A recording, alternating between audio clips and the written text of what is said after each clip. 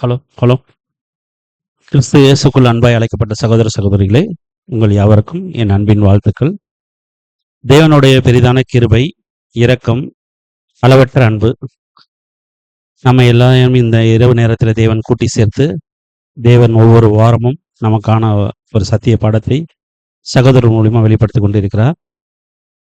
தேவனுக்கு முதலாவது நம்ம நன்றி செலுத்தும் வகையில் அவருக்கு ஆரம்ப பாடலாக பாடல் எண் 5, பாடல் புத்தகத்தில் பாடல் எண் 5 நம்ம அனைவரும் சேர்ந்து பாடுவோம்.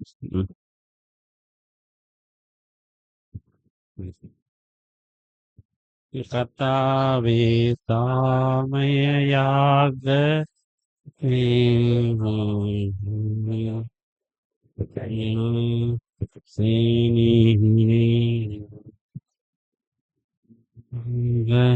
உந்தே நல்ல இயேசுவே, உம்மை நாடி உம்மை தேடி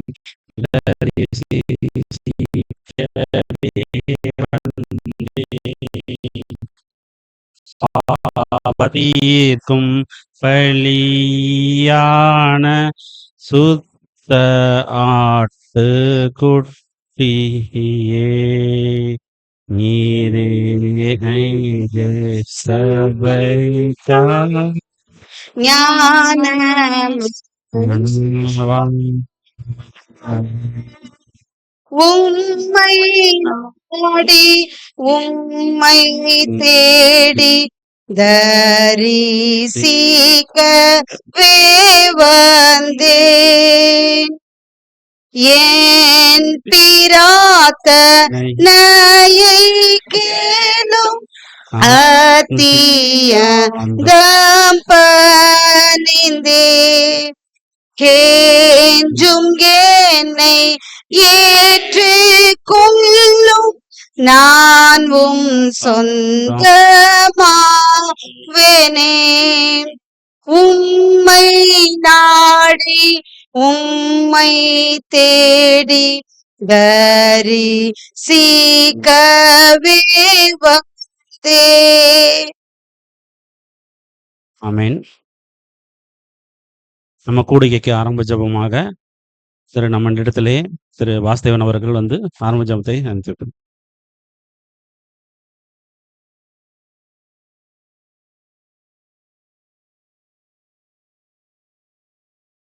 ஜெபம் செய்வோம்.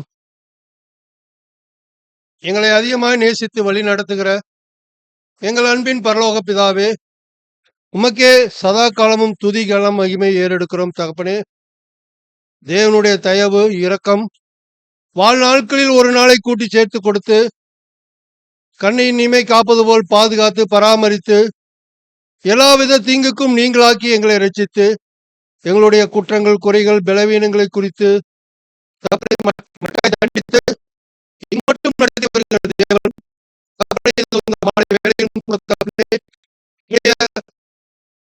சத்தியத்தை அறிகிற அறிவிலே நாங்கள் சகோதர சகோதரிகள் ஒன்று கூடி உம்முடைய வார்த்தையை நாங்கள் கேட்கும்படியாய் கூடியிருக்கிறோம் தகப்பனே. தகப்பனே, நீர் வைத்திருக்கிற அந்த ஓட்டத்திலே ஓடி கிறிஸ்துவின் சாயலை அடைய தகப்பனை கிருபை செய்யுங்க.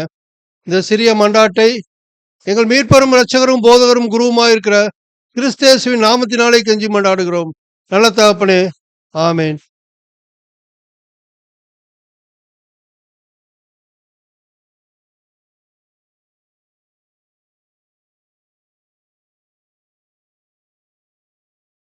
தேவனோட மிகப்பெரிய கிருபையினாலே நம்ம ஒவ்வொரு நாளும் வெள்ளிக்கிழமை பலிகள் பற்றின பாடத்தை ஒவ்வொரு வாரம் சத்திய பாடத்தை நம்ம சகோதரர் மூலியமா தெரிஞ்சிட்டு வரோம்.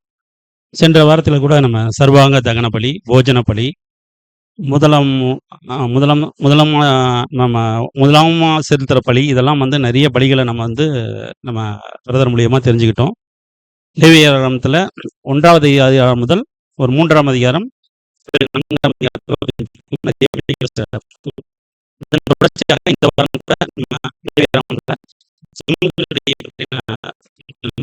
தெரிஞ்சுக்கப்படுகிறோம். சகோதரர் ராயம் சகோதரர்.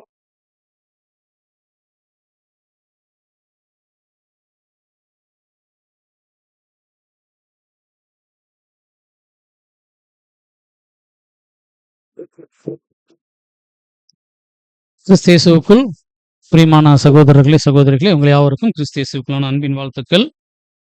தேவனுடைய கிருபை மீண்டுமாக கூட நம் சகோதர சகோதரிகளாக முகமுகமாய் கூடி வரக்கூடிய ஒரு வாய்ப்பு. நம்முடைய ஆவிக்குரிய வாழ்க்கைக்கு பிரயோஜனமாக தொடர்ந்து தியானித்து வரக்கூடிய இந்த வேதாகம பலிகளில் இன்றைய தினத்தில் நாம் பார்க்க போகிறது லேவியராகமம் 3ஆம் அதிகாரம் நாம் பார்க்க போகிறோம், சமாதான பலி அப்படின்னு சொல்லிட்டு. நான் கடந்த வாரத்திலே சொல்லியிருந்தேன் 3ஆம் அதிகாரம் படிச்சுட்டு வரணும். எவ்வளோ பேர் படிச்சிருக்கீங்க? இப்போதான் நினைப்பே வருங்கிறார் பிரதர். நான் ஏன் படிச்சுட்டு வர சொன்னேன் அப்படின்னு நீங்கள் பார்த்தீங்கன்னா, இப்போ நான் சொல்கிற விஷயம் எல்லாமே புதுசாகவே இருக்கும். யாருமே இப்போ ரீட் பண்ணலைன்னு நான் நினைக்கிறேன். சரி, பரவாயில்ல. ஆன போதிலும் கர்த்தருடைய சமாதானம் உங்களோடு இருக்கட்டும். அதற்காக நம்ம ஏன் சொல்லிட்டோம் அப்படின்னு நீங்கள் கவனிச்சு பார்த்தீங்கன்னா, இப்போ இந்த சமாதான பலிகள் குறித்து நியாயப்பிரமாணம் என்ன சொல்லுதுன்னா, இந்த சமாதான பலியானது 2 வகையில் செலுத்தலாம் அப்படின்னு சொல்லுது. ஒன்று என்ன அப்படின்னு நீங்கள் பார்த்தீங்கன்னா, அதுக்கான வசனம் வாசிக்கலாம். லேவியராகமம் 7ஆம் அதிகாரம் 11 மற்றும் 12. கர்த்தருக்கு செலுத்துகிற சமாதான பலிகளில் பிரமாணம் என்னவென்றால், அதை ஸ்தோத்திரத்துக்காக செலுத்துவானானால் அவன் ஸ்தோத்திர பலியோடும் கூட எண்ணெயிலே பிசைந்த புளிப்பில்லா அதிரசங்களையும் எண்ணெயிலே பிசைந்த வறுக்கப்பட்ட மெல்லிய மாவினால் செய்த அதிரசங்களையும் படைக்கிறவன். ரொட்டேட் ஆகிட்டே தான் இருக்கும். அதனால என்ன பேசுறத போல தோணும். ஆனா சற்று கூர்ந்து கவனிச்சாதான் சில விஷயங்கள் செய்யும். அப்ப சமாதான பலியில 2 வகை இருக்கு. ஒன்னு ஸ்தோத்திர பலி செலுத்தணும்னு அவர் நினைக்கிறாருன்னு வச்சுங்க. அப்ப சமாதான பலி யாருக்கு செலுத்தினா தேவனுக்கு செலுத்தக்கூடிய ஒரு விஷயம். அது ஸ்தோத்திர பலியா இருந்தால், ஸ்தோத்திர பலின்னு என்ன சொல்லலாம்? நன்றி பலி. அப்ப தன்னுடைய வாழ்க்கையில நடந்துட்டு சில நன்மைகளுக்காக ஒருத்தர் பலி செலுத்துறாருன்னு விருப்பப்படுறான்னு வச்சுங்களேன். அவர் என்ன செய்யலாம் அப்படின்னு நீங்க பாத்தீங்கன்னா, அது அவர் சில மிருகங்கள் சொல்லி இருக்காரு. அந்த மிருகம் சூஸ் பண்ணா அதோட என்ன பண்ணலாம் அப்படின்னு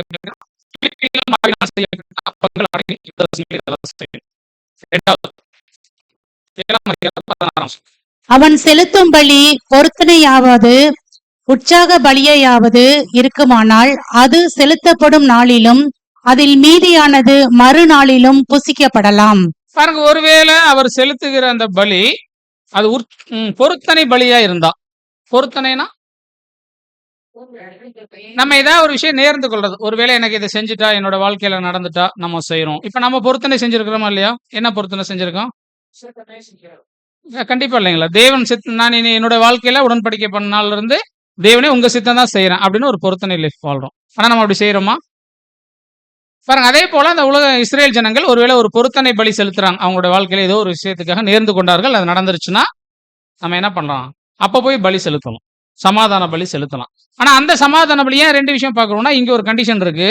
ஒருவேளை அது பொருத்தனை பலியா இருந்தா அந்த பலியினுடைய மாம்சத்தை அடுத்த நாள் வச்சு சாப்பிடலாம்.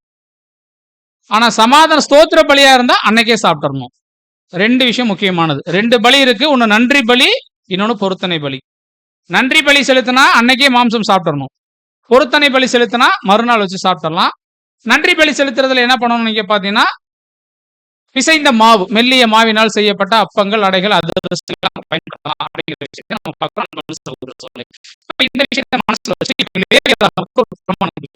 சமாதான பலி செலுத்துவதற்கு என்ன விஷயம் செய்யலாம் அப்படின்னு சொல்லிட்டு செய்யும் பொழுது இப்ப நம்ம வசனம் வாசிக்கலாம். 1வது வசனம், லேவியராகமம் 3ஆம் அதிகாரம் 1ஆம் வசனம். ஒருவன் சமாதான பலியை படைக்க வேண்டும் என்று மாட்டு மந்தையில் எடுத்து செலுத்துவானாகில் அது காளையானாலும் சரி பசுவானாலும் சரி பழுதற்றிருப்பதை கர்த்தருடைய சந்நிதியில் செலுத்த கடவன். பாருங்க, ஒரு முதல் நிபந்தனை, ஒருத்தர் சமாதான பலி செலுத்தணும் அப்படின்னா இங்க பாருங்க ஒருவன் அப்படின்னு சொல்லப்படுது. அப்ப அந்த ஒருவன் யார்?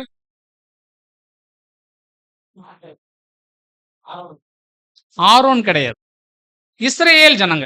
இப்ப இஸ்ரேல் ஜனங்கள்ல ஒருத்தர் சமாதான பலி செலுத்தணும் விருப்பப்படுறார், சோத்திர பலி செலுத்துறாரு. ஒரு வேளை அவருடைய வாழ்க்கையில நல்ல வெள்ளாம விளைஞ்சிருச்சு, அதுக்காக செய்யறாரு. ஏதோ ஒரு விஷயம் நடந்துச்சு, அதுக்காக பலி செலுத்த வர்றார். இங்க கவனிக்க ஆசாரியன் பத்தி சொல்லப்படல. இது இஸ்ரேல் ஜனங்கள் செலுத்தக்கூடிய பலிகள்ல ஒரு பலி சமாதான பலி. அப்ப யாரோ ஒருத்தர் சமாதான பலி செலுத்தணும் விருப்பப்படுறார். அப்படி விருப்பப்பட்டா என்ன நிபந்தனைனா, அது மாட்டு மந்தையிலிருந்து அவர் சூஸ் பண்றாருன்னு வச்சுங்களேன். அப்படி சூஸ் பண்ணா அது என்ன இருக்கணும்? ஃபர்ஸ்ட் அது பழுதற்றதா இருக்கணும். 2வது என்ன இருக்குன்னா, அது ஆணாக இருக்கலாம், பெண்ணா, காளையாகவும் இருக்கலாம், பசுவாகவும் இருக்கலாம், ஆனா அது எப்படி இருக்கணும்? பழுதற்றதாக இருந்தா போதும். இப்ப செலுத்தக்கூடிய நபர் அவர் மாட்டு மந்தையில இருந்து ஒரு மிருகத்தை சூஸ் பண்றார், பழுதற்றதை கொண்டு வர்றார். இது முதல் நிபந்தனை. அடுத்து அந்த நிபந்தனை இன்னொரு விஷயம், 3ஆம் அதிகாரம் 6ஆம் வசனம். அவன் கர்த்தருக்கு சமாதான பலியை படைக்க வேண்டும் என்று ஆட்டு மந்தையிலிருந்து எடுத்து செலுத்துவானாகில் அது ஆண் ஆனாலும் சரி பெண் ஆனாலும் சரி பழுதற்றிருப்பதை செலுத்துவானாக. பாருங்க, ஒருவேளை அவர் மாடு செலுத்த முடியல, அதுக்கு பதிலா அவர் என்ன செலுத்த விருப்பப்படுறார்? ஆடு செலுத்தலான்னு விருப்பப்படுறார். சரி, அப்படி ஆடு செலுத்தலான்னா என்ன நிபந்தனைனா சேம் அதே தான். அது ஆணாடாகவும் இருக்கலாம், பெண் ஆடாகவும் இருக்கலாம். ஆனா கண்டிஷன் என்ன? அது பழுதற்றதா இருக்கணும் அப்படிங்கிறத நம்ம பார்க்கணும். அப்ப இந்த ஆட்டு மந்தைகள்ல வித்தியாசம் இருக்கு. ஒருவேளை ஒருத்தர் செம்மறி ஆடு தான் வளர்க்குறாங்க, ஒருத்தர் வெள்ளாடு தான் வளர்க்குறாங்க. என்ன பண்ணலாம்? செம்மறி ஆடு சூஸ் பண்ணிக்கலாம் அல்லது வெள்ளாடு சூஸ் பண்ணிக்கலாம். ஆனா இந்த வெள்ளாடு செம்மறி ஆடு வரும்பொழுது அதுல சில நிபந்தனைகள் மாறும், நம்ம பார்ப்போம். அப்போ மாடாக இருக்கலாம், ஆடாக இருக்கலாம், ரெண்டுமே பலி செலுத்துறதுக்கு உகந்தது.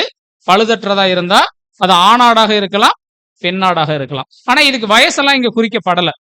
எனக்கு தெரியும் பஸ்காவுக்கு மட்டும்தான் வயசு குறிக்கப்பட்டிருக்கு. மீதி எந்த மிருகத்துக்கும் அவங்க விஷயத்துக்கு ஏற்றார் போல அவங்க செஞ்சுக்கலாம். ஆனா பலி செலுத்துவதற்கு ஒரு விஷயம் இருக்கு. 8 நாள் கழிச்ச பிறந்த குட்டிகளை பலி செலுத்தலாம். 8 நாள் வரைக்கும் ஒரு குட்டியை பலி செலுத்த விருப்பப்பட்டா 8 நாள் வரைக்கும் தாயிட்ட பால் குடிக்கணும். 8 நாள் கழிச்சு அதை பலி செலுத்துவதற்கு உகந்தது அப்படின்னு சொல்லி நியாயப்பிரமாணம் இருக்கு. அதெல்லாம் பின்னாடி பார்க்கலாம். அப்ப இங்க முதல் நிபந்தனை பார்க்கிறோம், ஒருத்தர் பலி செலுத்த விருப்பப்படுறார், அவர் ஆடோ மாடோ எடுக்கிறார், ஆண் அல்லது பெண் எடுத்துக்கலாம் பழுதற்றதாக.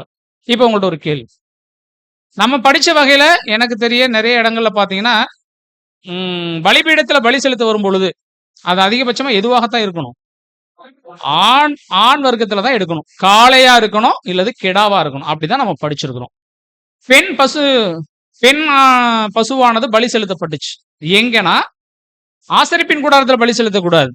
எங்க செலுத்தலாம் அப்படின்னு நீங்க பாத்தீங்கன்னா பாளையத்துக்கு வெளியில கொண்டு போய் செலுத்தலாம். அதுக்கு பேரு செங்கடாரி. அது அந்த பசுவை கூட சிவப்பு நிறமாக அங்க இருக்கணும். அதை கொண்டு வந்து பாளையத்துக்கு வெளியில ஆரோனுடைய பசங்க அங்க செலுத்தலாம். ஆனா ஆசரிப்பின் கூடாரத்துக்குள்ள பலி செலுத்தும் பொழுது ஆண் மட்டும்தான் பலி செலுத்துறதா நான் படிச்சிருக்கிறேன். ஆனா இங்கே படிக்கும் பொழுதுதான் பெண்ணும் பலியிடலாம் அப்படின்னு சொன்னா, அப்ப நம்ம இது எப்படி புரிஞ்சுக்கிறது? பாருங்க, இது ஒரு பொதுவான இஸ்ரேல் ஜனங்கள் செய்யக்கூடிய ஒரு பலி. தேவனுக்கும் அவங்களுக்குமான ஒரு நல்லுறவு, இணக்கத்துக்காக அவங்க செலுத்துறாங்க பலி. அது புது சிருஷ்டியா இருக்கக்கூடிய நமக்கு, ஆவிக்குரிய வாழ்க்கையில இருக்க நமக்கு அது மிகப்பெரிய படிப்பினையாக தான் அங்க இருக்கு. அவங்க செய்யற ஒவ்வொரு விஷயமும் ஆவிக்குரிய வகையில நம்மளும் பொருத்தோம். அப்ப முதலாவது ஏன் ஆண் மற்றும் பெண் எடுக்கணும் அப்படின்னு நீங்க கவனிச்சு பாத்தீங்கன்னா ரொம்ப ஆச்சரியமான விஷயம். என்னவா இருக்கும் நீங்க நினைக்கிறீங்க? நான் குழு வேணா கொடுக்குறேன். இன்னைக்கு பாருங்க, இன்னைக்கு ஒருத்தர் சபைக்கு அடையாளம் தான். ஒருவேளை இன்னைக்கு கிறிஸ்துவின் சரீரமாகிய சபை எவ்வளவு பேர் இருக்கிறாங்க? 1,44,000 பேர் இருக்கிறாங்க. அதுல ஆண் மாத்திரம் தான் இருக்காங்களா? அப்ப பாருங்க அன்பான சகோதர சகோதரிகளே, நீங்க நல்லா கவனிச்சீங்கன்னா எகிப்திலிருந்து கானானுக்கு பிரயாணப்பட்டவர்களுடைய கவுண்டிங் கூட சொல்லப்பட்டிருக்கும். இதுதான் சொல்லப்பட்டிருக்கும், புருஷர்கள் மாத்திரம் தான் சொல்லப்பட்டிருக்கும். ஆனா ஸ்திரீகள் சொல்லப்பட்டோம். ஆனா கிறிஸ்துவினுடைய சரீரமாகிய சபை என்று நம்ம வரும் பொழுது, சுவிசேஷ யுகம் என்று வரும் பொழுது, கர்த்தருடைய மணவாட்டி வகுப்பாராக யாரெல்லாம் தேவன் சூஸ் பண்றாரு அப்படின்னு நீங்க பாத்தீங்கன்னா ரொம்ப ஆச்சரியமான விஷயம். வாசிக்கலாம். கலாத்தியர் 3ஆம் அதிகாரம் 28. கலாத்தியர் 3ஆம் அதிகாரம் 28ஆம் வசனம். யூதன் என்றும் கிரேக்கன் என்றும் இல்லை, அடிமை என்றும் சுயாதீனன் என்றும் இல்லை, ஆண் என்றும் பெண் என்றும் இல்லை, நீங்கள் எல்லாரும் கிறிஸ்து இயேசுவுக்குள் ஒன்றாய் இருக்கிறீர்கள். பாருங்க, அந்த சமாதான பலி செலுத்த வருது பொதுவான ஜனங்களா இருந்துட்டாலும் அது யாருக்கு ஒரு அடையாளமாக இருக்குதுன்னா, ஒருவன் கிறிஸ்துவுக்குள் வரணும்னு அவங்க விருப்பப்படுறாங்களா, அதுல யூதன்னு கிடையாது, அடிமை கிடையாது, சுயாதீனம் கிடையாது, கிரேக்கன் கிடையாது, ஏழை கிடையாது, பணக்காரர் கிடையாது, ஆண் கிடையாது, பெண் கிடையாது. அப்ப அவருடைய சரீரமாகிய சபை மணவாட்டி அப்படின்னாலே அது ஆணும் பெண்ணும் மிங்கிலானதுதான். அது எப்படி இருப்பாங்க அப்படின்னு நீங்க கவனிச்சு பாத்தீங்கன்னா, ஆதியில் ஆதாம் எப்படி படைக்கப்பட்டார் அந்த ஒரு சுபாவத்துக்குள்ளாக அவங்க இருக்கும். அப்ப இன்னைக்கு நீங்க நல்லா கவனிச்சு பாத்தீங்கன்னா சகோதரர்கள் சகோதரிகள் தான் நம்ம என்ன பண்றோம், இந்த வாய்ப்புல அங்க ஓடிட்டு இருக்கோம். எல்லாருக்குமே அந்த 1,44,000 அல்லது கிறிஸ்துவனுடைய மனவாட்டி ஆகக்கூடிய வாய்ப்பு இருக்கிறத நம்ம பார்க்கணும். அப்ப இந்த விஷயம் தான் அருமையாக அடையாளப்படுத்துது. அங்க பெண் ஆடோ அல்லது மாடோ அங்க பலி செலுத்தப்படுறது எதுக்கு அடையாளம்னா, இன்னைக்கு அவருடைய சரீரமாகிய சபையில 2 வகுப்பாருக்கும் அந்த மேலான வாய்ப்பு அங்க இருக்கிறத அப்போஸ்தலனாகிய பவுல் அங்க கொடுத்திருக்கிறார். பிரியமானவர்களே, எவ்வளவு பெரிய விஷயம் நீங்க கவனிச்சு பாருங்க. ஒரு சின்ன பலிதான். அப்ப அந்த பலிகள்ல 3 மிருகங்கள் நம்ம பார்க்கிறோம். ஒண்ணு அது மாடா இருக்கணும். அது ஒரு மாட்டு மந்தையில எடுக்கிறான்னு வச்சுக்க, அந்த மாடு எதை அடையாளப்படுத்துது அப்படின்னா நீங்க அந்த வாசிக்கலாம். மாடு காளையாவது பசுவாவது பொறுமை மற்றும் ஊழியத்தின் அடையாளம். வேதாகமத்தில் மாடு என்பது அயராத உழைப்பு, பாரம் சுமத்தல் மற்றும் சகிப்புத்தன்மை ஆகியவற்றின் அடையாளமாக இருக்கிறது. கிறிஸ்துவின் அடையாளம். இயேசு கிறிஸ்து இவ்வுலகத்திற்கு ஒரு மகா பெரிய ஊழியக்காரனாக வந்தார். அவர் சிலுவையில் நம்முடைய அத்தனை பாவங்களையும் நோய்களையும் தன்மேல் சுமந்து இறுதி வரை சகிப்புத்தன்மையோடு பிதாவின் சித்தத்தை நிறைவேற்றினார் என்பதை இதை குறிக்கிறது. பாருங்க, இந்த சமாதான பலியில தேவன் பிரமாணத்துல மாடு கூட பலி செலுத்த சொல்றார். ஃபர்ஸ்ட் ப்ரிஃபரன்ஸ் அதுக்கு தான். அப்ப அந்த மாடு எதை அடையாளப்படுத்துதுன்னா, நீங்க நல்லா கவனிச்சு பாருங்க, உழவுக்கு ஆண் மாடு மட்டும் தான் பயன்படுத்துறாங்களா? எருமை பயன்படுத்த அது தருங்க. நான் கேட்கிற விஷயம், வண்டி இழுக்கிறதோ அல்லது உழவுக்கோ ஆண் மாடு மட்டும் தான் பயன்படுத்தி நீங்க பாத்திருக்கீங்களா? பாத்தீங்களா? கிராமங்கள்ல நீங்க பாத்தா அதுவும் பயன்படுத்தணும். அப்ப மாடு அப்படின்னு நீங்க எடுத்துக்கிட்டதுனாலே மிருகங்களே ரொம்ப உயர்வானது, ரொம்ப சகிப்புத்தன்மை உள்ளது. எவ்வளவு பாரத்தை நீங்க சுமத்தினாலும் அது ஏதாச்சும் சத்தம் போடுங்க, பழக்கப்பட்ட மாடுனா அது பால் போகும். அதுதான் இங்க சொல்லப்படுது. அது பொறுமை மற்றும் மிகப்பெரிய ஊழியத்திற்கு ஒரு அடையாளமான ஒரு விஷயமாக மாடு இருக்கு. இப்ப நம்முடைய ஆண்டவராக இயேசு கிறிஸ்துவை நீங்க நல்லா கவனிச்சு பாத்தீங்கன்னா, அந்த காளை அப்படின்னாலே கிறிஸ்துவை தான் அடையாளப்படுத்தும். கர்த்தர் இயேசு இந்த ஊழியத்தின் பாதையில, அந்த 3.5 வருஷ ஊழியத்துல அவருடைய உழைப்பு நீங்க எடுத்து பாருங்க. சில நேரங்கள் நம்ம கூட சொல்லுவோம், வீட்டுக்கு மாடா உழைக்கிறேன், ஆனா கொஞ்சமா சொல்றோமா இல்லைங்களா? அப்படின்னா என்ன விஷயம்னா, உழைப்புக்கு ஒரு முன்னுதாரணமா எதைத்தான் சொல்றாங்கன்னா மாடு. அது என்னதான் அடிச்சாலும் என்னதான் வச்சாலும் அது பால் பொதி வச்சா சுமந்துகிட்டே தான் இருக்கும். அதுக்கு என்ன சொல்ல, சில நேரங்கள்ல அது சொல்லு, நாம ஏன்டா மாடா பிறந்தோம் அது நினைச்சா கூட சொல்லுமா. அந்த அளவுக்கு எப்ப அந்த ஆள் அவுத்துறோம்னா அன்ன வரைக்கும் வண்டியை தூக்கிட்டே தான் இருக்கணும். அதோட சில நேரம் நமக்கே சில நேரங்கள கஷ்டமா இருக்கும், அவ்வளவு பெரிய பாரங்கள்லாம் சுமத்தோம். அப்ப அயராத உழைப்புக்கு அது ஒரு முன் அடையாளமாக இருக்குது. அப்ப நம்முடைய ஆண்டவராக இயேசு கிறிஸ்து இந்த ஊழியத்தின் பாதையில அவர் சோர்ந்தே போகல, அயராத உழைத்து என்ன பண்ணார் அப்படின்னு நீங்க பாத்தீங்கன்னா, அந்த அவருடைய தெய்வீக திருவுள்ள சித்தத்தை செய்து முடித்தார். அதான் பார்க்கணும். அப்ப இன்னைக்கு நமக்கு என்ன அடையாளமா இருக்கு அப்படின்னு நீங்க கவனிச்சு பாத்தீங்கன்னா, நாமும் இந்த ஊழியத்தின் பாதையில கடந்து போகும் பொழுது எப்படி இருக்கணுமா, ஒரு அர்ப்பணிச்சிருக்கோம் அப்படின்னா பொறுமையோடும் தாழ்மையோடும் நம்ம மேல இருக்கிற அந்த பாரத்தை என்ன பண்ணணும், சுமக்கவே வேண்டும். நம்ம மேல என்ன அப்படி பாரம் இருக்கு? கர்த்தர் இயேசு அப்போஸ்தலர் பவுல் சொல்றார், ஒருவர் பாரத்தை ஒருவர் சுமக்கணும். அப்போ இன்னொருத்தர் பாரத்தை நம்ம சுமக்கணும் அப்படிங்கிறது சாதாரணமான விஷயமா? அதுக்கு என்ன அவசியம்னா பொறுமை அவசியம். இப்ப மாடு அதோட பாரத்தை சுமக்கிறது இல்ல, அந்த எஜமானுடைய பாரத்தை தான் அது சுமக்குது. அதே போல நாம மற்றவர்களுடைய பாரத்தை சுமக்கும் பொழுது அது நமக்கு ஏற்புடையதாக இருக்கு. அது அவசியம் இல்லாத ஒன்று. அடுத்தவன் கஷ்டம் நமக்கே எதுக்கு, என் கஷ்டமே எனக்கு பெருசா இருக்கு சொல்றோமா இல்லைங்களா? ஆனா கிறிஸ்துவினுடைய பிரமாணம் அப்படி அல்ல. கர்த்தர் இயேசு என்ன பண்ணார் பாத்தீங்கன்னா, ஒட்டுமொத்த உலகத்தின் பாவத்தின் தன் மேல சுமந்துகிட்டார். ஆனா அவர் பாவி கிடையாது. அதே போல நாமும் என்ன பண்ணணும் அப்படிங்க பார்த்தா, மாட்டுட்டு இருந்து சில குணலட்சணம். ஏன் சமாதான பலிக்கு மாடை சூஸ் பண்றாருன்னா, அதுக்கு இருக்கக்கூடிய குணலட்சணங்கள் ரொம்ப முக்கியமான. நாமும் அயராத உழைக்கிறவர்களா இருக்கணும், ரொம்ப பொறுமை உள்ளவர்களாக இருக்கணும். தேவன் நமக்கு கொடுத்திருக்கிற மற்றவர்கள் பாரத்தை அருமையாய் சுமப்பதற்கு என்ன பண்ணணும், வாலண்டியர்ஸா இருக்கணும். மனமும் அதை செய்யணும். அன்பான சகோதர சோலே, அதைத்தான் இங்க சொல்லு, தாழ்மையோடு ஊழியத்தின் பாரத்தை சுமக்க வேண்டும் என்பதையே அந்த மாடு அங்க அடையாளப்படுத்துறதை நம்ம பார்க்கணும். அதுக்கப்புறம் செம்மறியாடு சூஸ் பண்ணிக்கலாம். அப்ப செம்மறியாடு குறிச்சு நம்ம பார்த்தோம்னா அது எதை அடையாளப்படுத்து அப்படின்னு நீங்க பாத்தீங்கன்னா, செம்மறியாடும் நீங்க கவனிச்சு பாத்தீங்கன்னா, ஒரு பழமொழி சொல்லுவாங்க, ஒரு ஆடு குட்டையில விழுந்தா எல்லா ஆடு குட்டையில விழும். அது செம்மறிக்கு மட்டும் தான் பொருந்தும், வெள்ளாடெல்லாம் அப்படி போகவே போகாது. இப்ப செம்மறியாடு சூஸ் பண்றாரு, வெள்ளாடு சூஸ் பண்றாரு. அப்ப செம்மறியாடு எதை அடையாளப்படுத்து அப்படின்னு நீங்க பாத்தீங்கன்னா, அதுவும் கீழ்ப்படிதல் மற்றும் அமைதிக்கான ஒரு அடையாளம். எஜமான் முன்னாடி தான் போவாரு, ஆடு பின்னாடி போகும். நல்லா கவனிச்சிருக்கீங்களா? ஆனா வெள்ளாடு அப்படி போகவே போகாது. நீங்க நல்லா கவனிச்சீங்கன்னா வெள்ளாடெல்லாம் கட்டி போட்டு தான் வளர்ப்பாங்க. செம்மறியாடெல்லாம் ஒரு ஆட்டை உள்ள வச்சா, அது சின்ன பட்டி இருக்கு, அதை நினைச்சா தாண்டி போயிடலாம். ஆனா கூட ஒரு சின்ன வேலி போட்டு உள்ள வச்சுட்டான்னு வச்சுங்களேன், சுத்தி ஒரு கயிறை போட்டு வச்சா கூட ஆடு அதுக்குள்ளே இருக்கும்.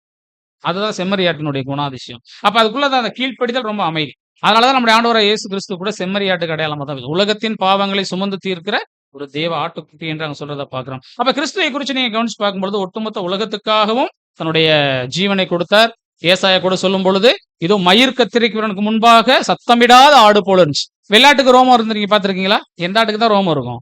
செம்மறிக்கு தான் ரோமம் இருக்கும், வெளியே இருக்காங்க. அப்ப நீங்க கவனிச்சு பாத்தீங்கன்னா, நம்முடைய ஆண்டவராகிய இயேசு கிறிஸ்து கூட என்ன பண்ணார்னா, தேவனுடைய சித்தம் செய்வதற்காக தன்னை முழுவதுமாக என்ன பண்ணார் அப்படின்னு நீங்க பாத்தீங்கன்னா, சகோதர சகோதரர்களே, ஒரு கீழ்ப்படிதலை கொடுத்து ஒரு அமைதலோடு தேவ சித்தத்தை அவர் என்ன பண்ணார் அப்படின்னு நீங்க பாத்தீங்கன்னா, தேவ ஆட்டுக்குட்டியாக இருந்து ஒட்டுமொத்த உலகத்தின் பாவங்களை தன் மேல சுமந்து தீர்த்தார் அப்படிங்கிறத பார்க்கிறோம். அப்ப நம்ம கூட எப்படி இருக்கணும் அப்படின்னு நீங்க கவனிச்சு பாத்தீங்கன்னா, சகோதர சகோதரி, இந்த உலகத்தின் மத்தியில் இருக்கும் பொழுது நம்முடைய ஆண்டவராய் இயேசு கிறிஸ்து நம்முடைய பிரதான மேய்ப்பராக இருக்கும் பொழுது, இந்த உலக போராட்டங்கள் மற்றும் எல்லா விஷயத்தின் மத்தியில நாமும் எப்படி இருக்குன்னா, இந்த ஒரு கீழ்ப்படிதல் இருக்கணும். ரொம்ப அமைதியா ஹம்பிளா அதை என்ன பண்ணணும்னா சகித்துக் கொள்ள வேண்டியது ரொம்ப அவசியம் உள்ளதாக அங்க இருக்கிறத நம்ம பார்க்கிறோம். இதுதான் சமாதான பலியில செம்மறியாட கொண்டு வந்து வைக்கிறார்.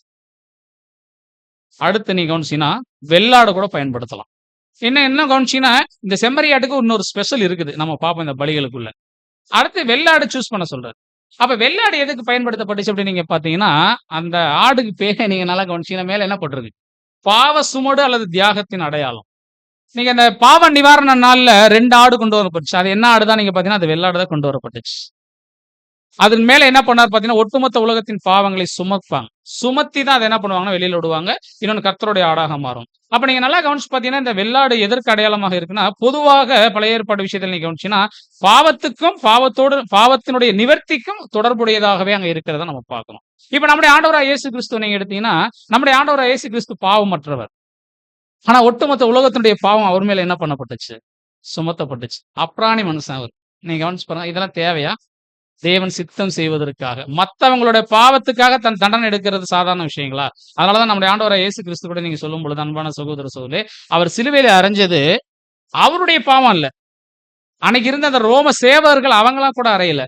பொதுவா எதுதான் இருந்துச்சுன்னா, ஒட்டுமொத்த உலகத்தினுடைய ஆதாமுடைய பாவம், மனுக்குலத்துடைய பாவம் தான் அவர் மேல சுமத்தப்பட்டது. அதனாலதான் அவர் என்னானார் அப்படின்னு நீங்க பாத்தீங்கன்னா, சகோதர சகோதரிகளே, அவர் பலியானார். இது நம்முடைய ஆண்டவராய் இயேசு கிறிஸ்துவனுடைய தியாகத்தை அருமையாக அடையாளப்படுது. அதுக்கு நம்ம பாஷையில சொல்லலாம்னு வச்சுக்கலேன், எவ்வளவுதான் அடிச்சாலும் தாங்குறானா என்னதான் சொல்லுவோம்? இப்ப அந்த வார்த்தையை சொல்ல நம்ம சங்கடம் இருக்கு. ஏன்னா நம்ம ஆண்டவரை இயேசு மிக்ஸ் பண்றதுனால சொல்ல முடியல. அப்ப சில நேரங்கள் அதை எப்படி சொல்லுவோம் அப்படின்னு பாத்தீங்கன்னா, அப்புறானையும் சொல்லலாம். இல்லைன்னா அதுக்கு பேர் ஏன்னா என் நெத்தியில எழுதியா ஒட்டி இருக்குது சொல்லுமா இல்லையா?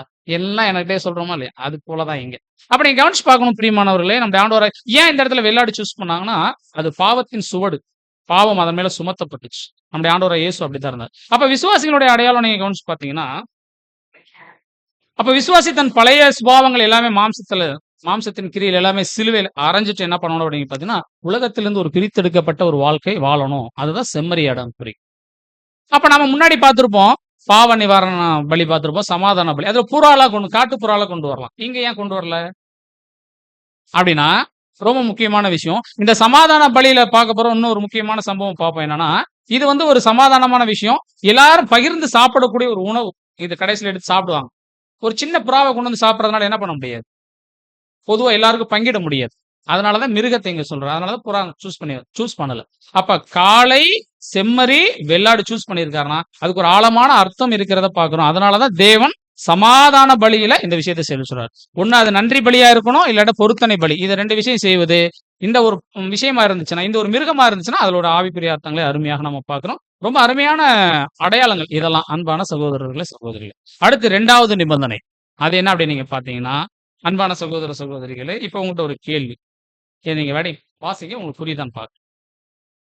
2வது நிபந்தனை லேவியராகும் 3ஆம் அதிகாரம் 2ஆம் வசனம்.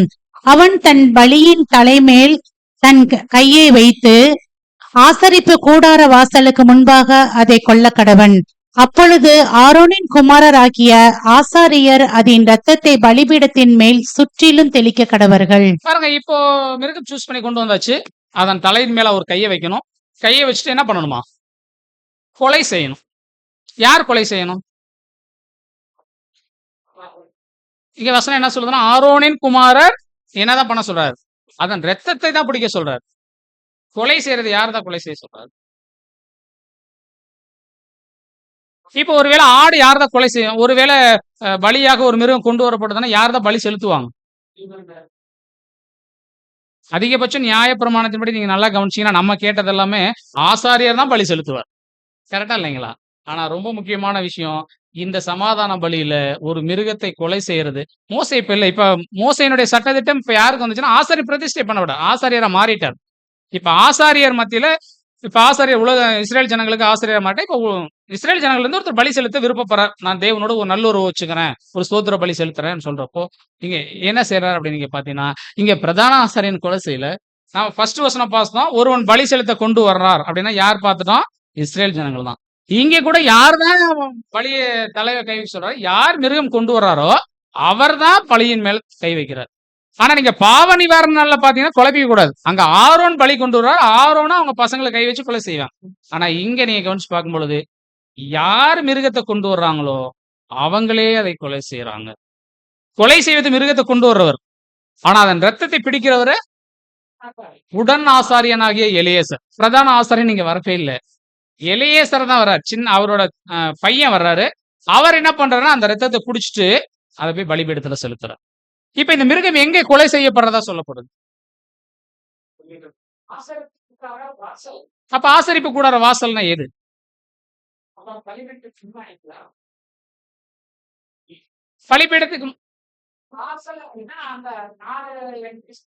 இப்ப பாருங்க ஒரு கேள்வி. இப்ப நீங்க பதில் சொல்லுங்க.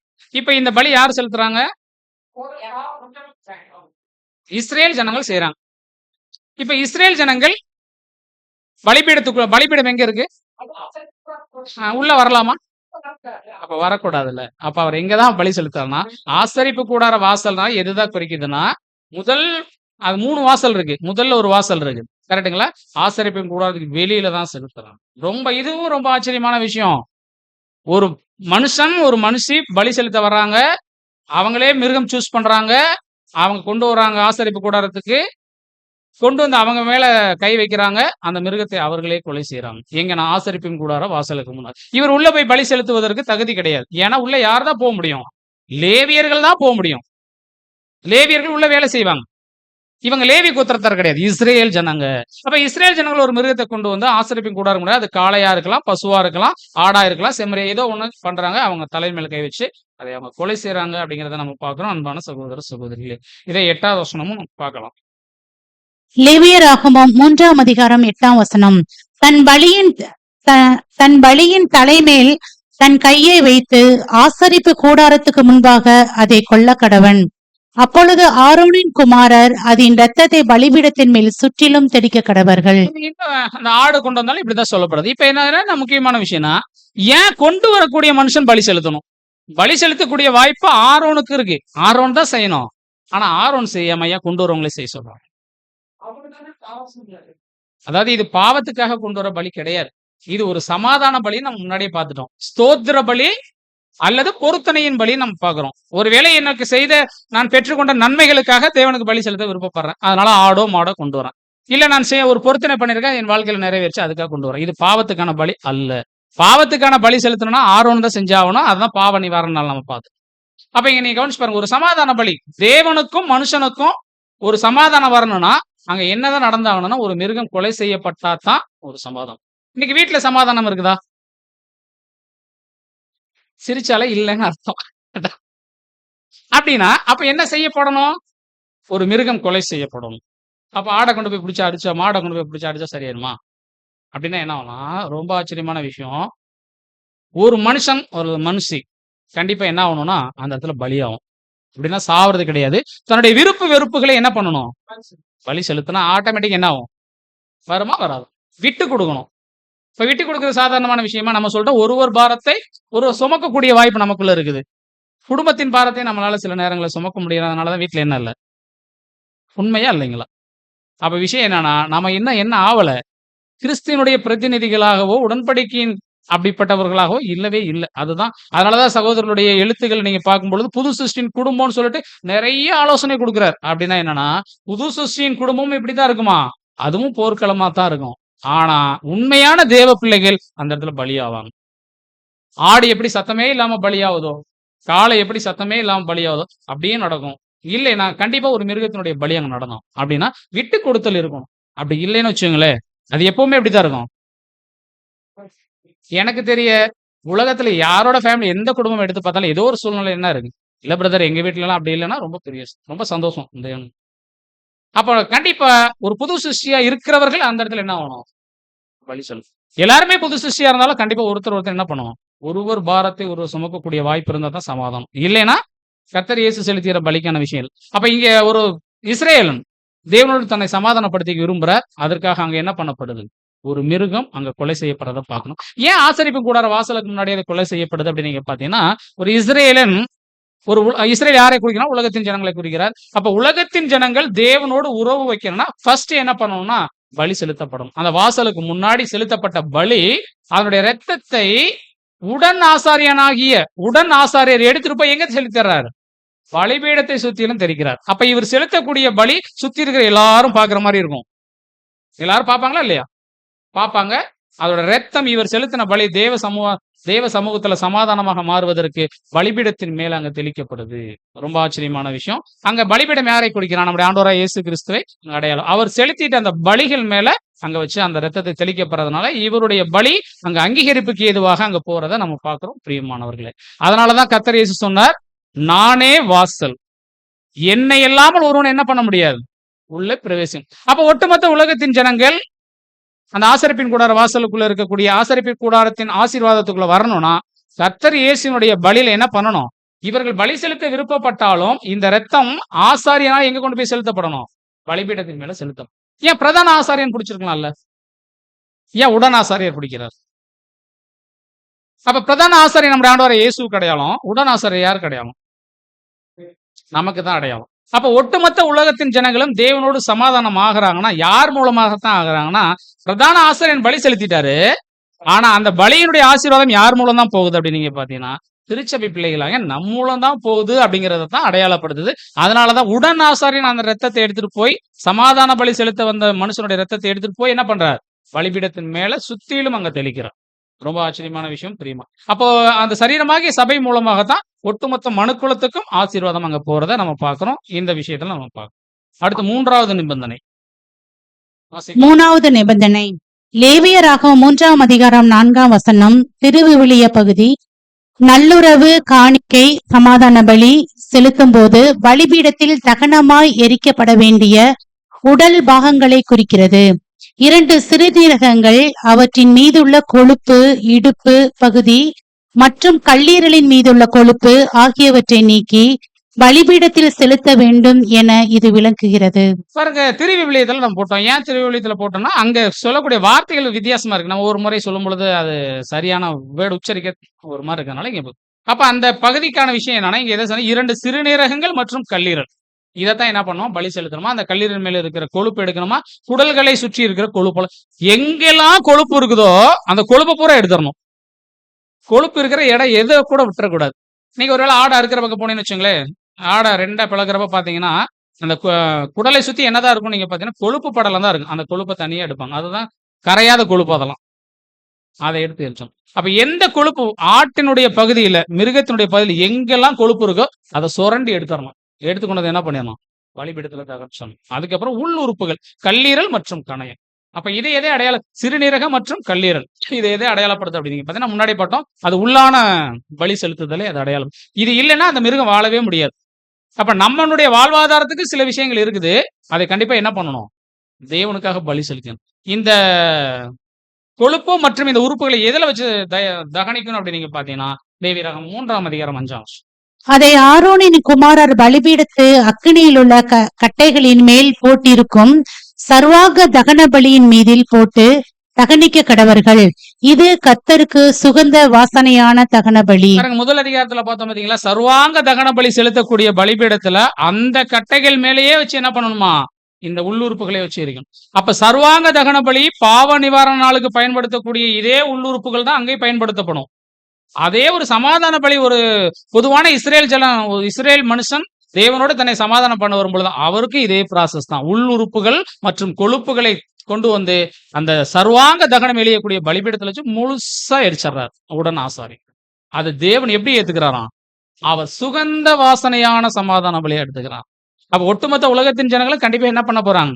தேவனுக்கு ஒரு காலத்துல பலி செலுத்த போறாங்க. திருச்சபை வகுப்பார் மூலமாக தேவனோடு ஒரு காலத்துல சமாதானம் ஆவாங்க. அதுக்கு ஒரு முன் அடையாளமாகத்தான் அங்க தேவன் அங்க வச்சிருக்கிறாங்க இந்த பலிகள்.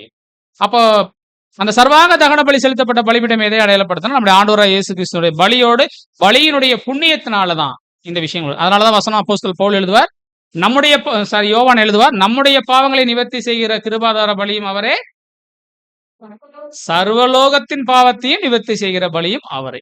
நம்மளுடைய பலியில நிவர்த்தி ஆகிறது கிடையாது. நம்ம அதுக்கு வாசலா இருக்கும், வழியா இருக்கும்.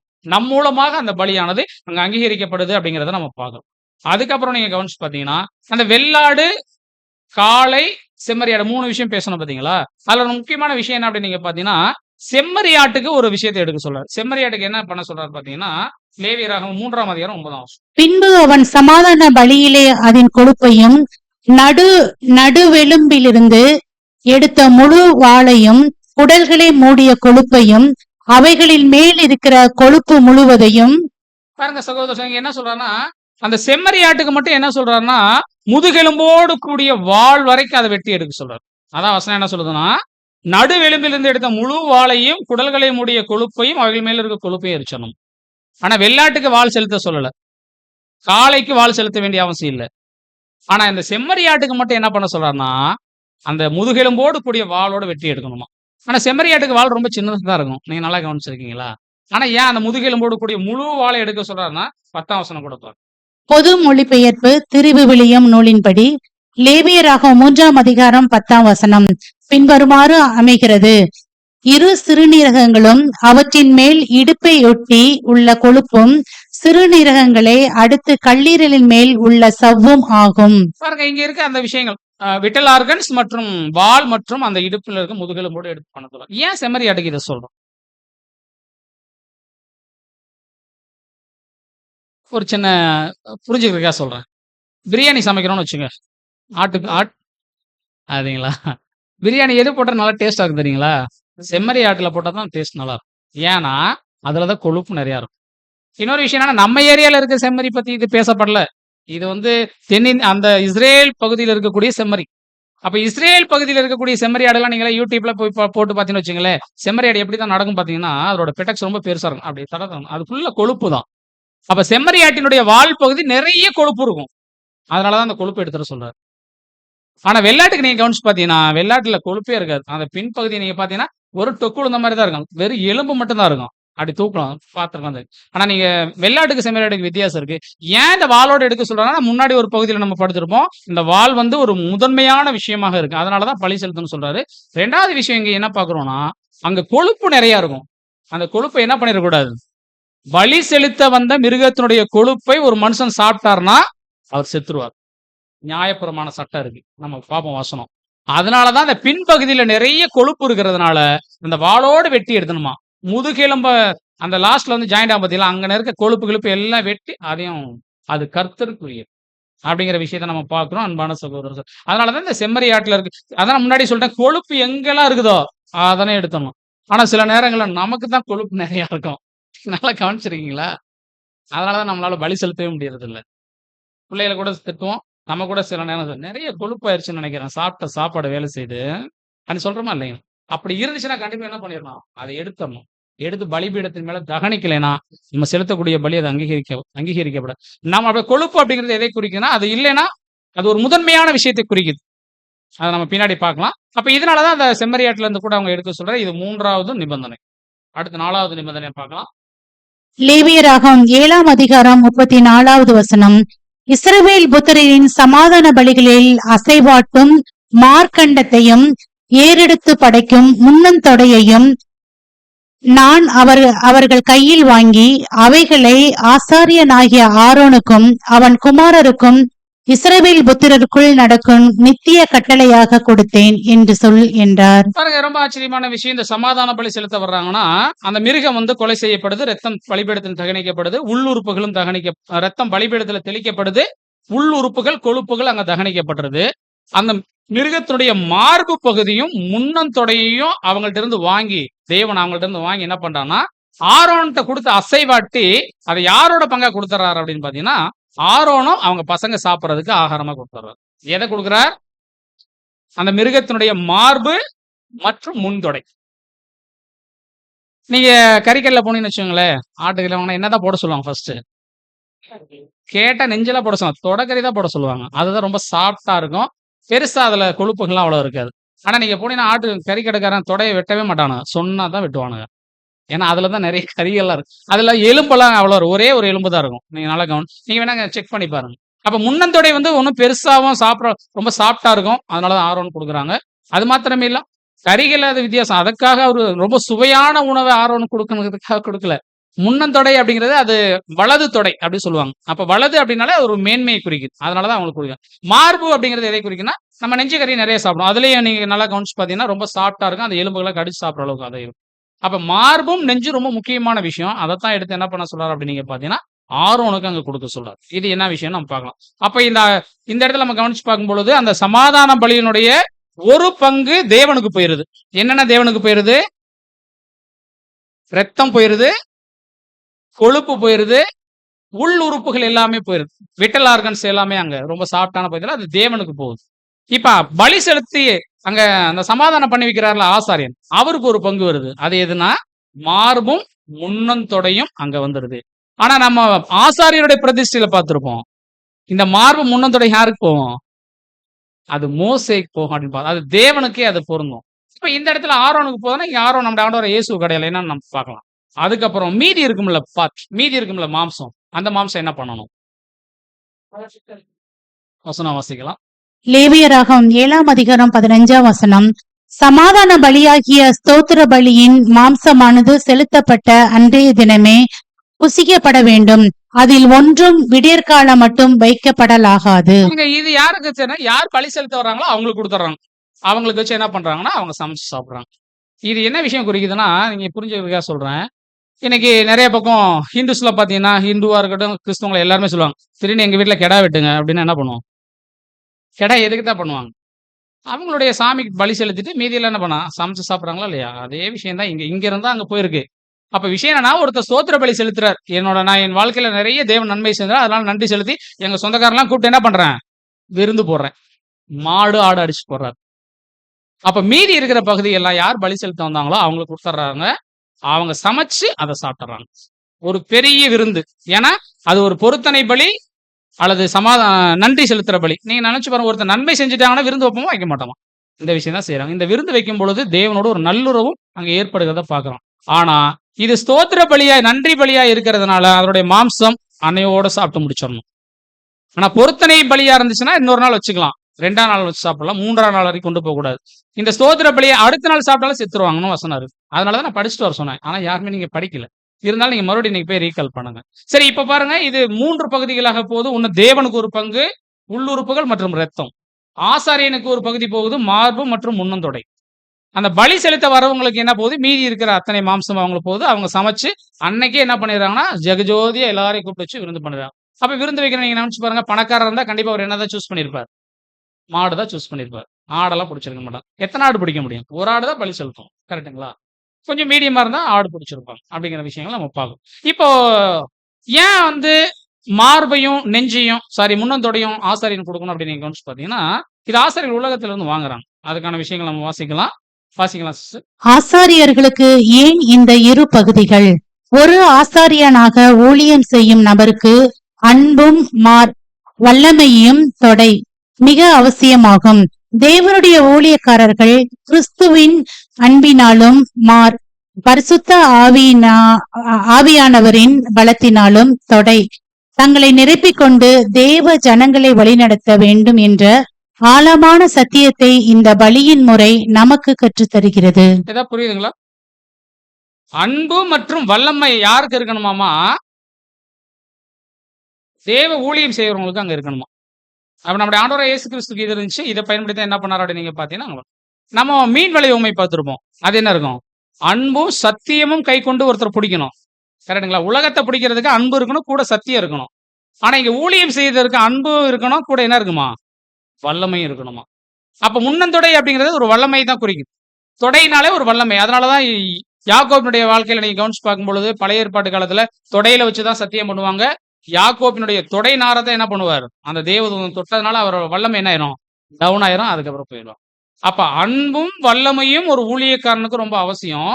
இத கிறிஸ்துவனுடைய அன்பினாலும் பரிசுத்தாவினுடைய பலத்தினாலும் நம்ம என்ன பண்ணணும்? அப்ப வல்லமை அப்படின்னா நம்ம நினைச்சிட கூடாது சர்வாதிகாரம் பண்ற விஷயத்த சொல்றது இல்ல. அந்த வல்லமை எதை குறிக்குன்னா பரிசுத்தாவியின் மூலம் பெற்றுக்கொண்ட அந்த வல்லமையை குறிக்கும். வல்லமை என்ன பண்ணுச்சு? தேவன் சொன்னார், நீங்கள் எருசலேமில் காத்திருங்கள், உன்னதத்திலிருந்து வரும் பெலனால் வல்லமையால் நீங்கள் நிரப்பப்படுவீர்கள் சொன்னார். பாத்தீங்களா? அப்ப பரிசுத்தாவியினுடைய வழிநடத்துதலும் அன்பும் இருந்துச்சுன்னா தான் ஒரு தேவனுடைய மனுஷன் சபையையும் சரி.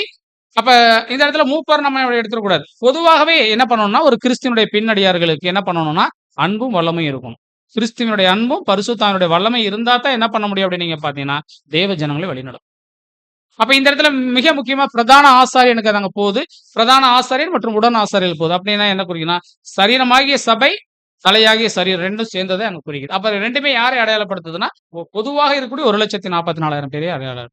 அப்போ 1,44,000 பேருக்குமே ரொம்ப அவசியமானது எதுனா அன்பும் தேவனுடைய வல்லமை ரொம்ப அவசியம். இது இருந்தா தான் என்ன பண்ண முடியுமா அந்த வழியிலே நம்ம நடந்து போக முடியும் அப்படிங்கிற விஷயத்த பாக்குறோம். இந்த விஷயத்தை வச்சுதான் என்ன பண்ணுவார் நீங்க பாத்தீங்கன்னா அந்த ஒட்டுமொத்த உலகத்தின் ஜனங்களின் பாவ நிவர்த்தி செஞ்சு தர்றாங்க ஆசாரியன் அப்படிங்கிறத நம்ம பார்க்கணும். அதுக்கப்புறம் நீங்க கவனிச்சு பார்க்கும் பொழுது நிபந்தனை 5 வாசிக்கலாம். 3ஆம் லேவியராகமம் 1ஆம் அதிகாரம் 6ஆம் வசனம். ஆசாரியன் பலிபீடத்தின் மேல் அவைகளை தகனிக்க கடவன்.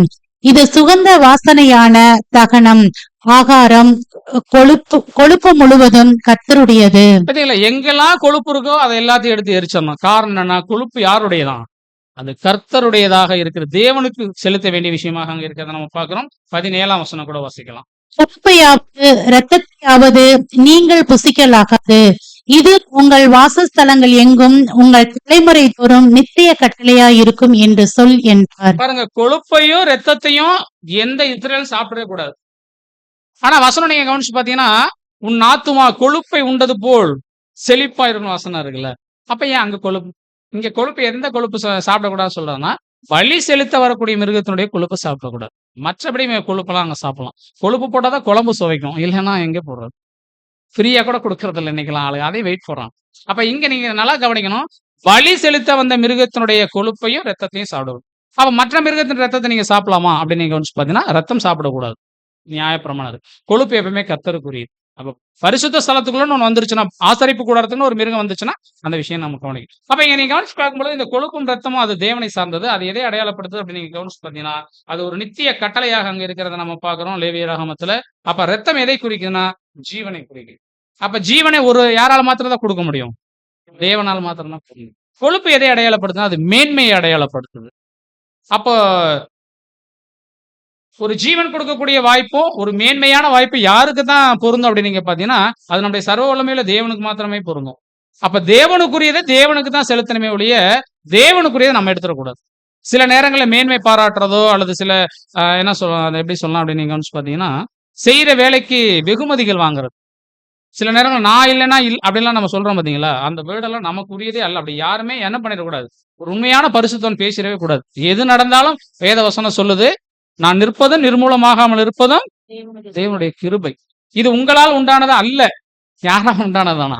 தேவனுடைய கிருபை அப்படின்னு சொல்றத பார்க்கணும். அப்ப மேன்மையும் ஜீவனும் அது யாரை அடையாளப்படுது, யாருக்கு பொருந்தமானதுன்னா அது தேவனுக்குரிய பங்கு. அப்ப மனுஷன் தேவனுக்குரிய பங்கு தேவனுக்கு செலுத்தியதான் ஆகணும்.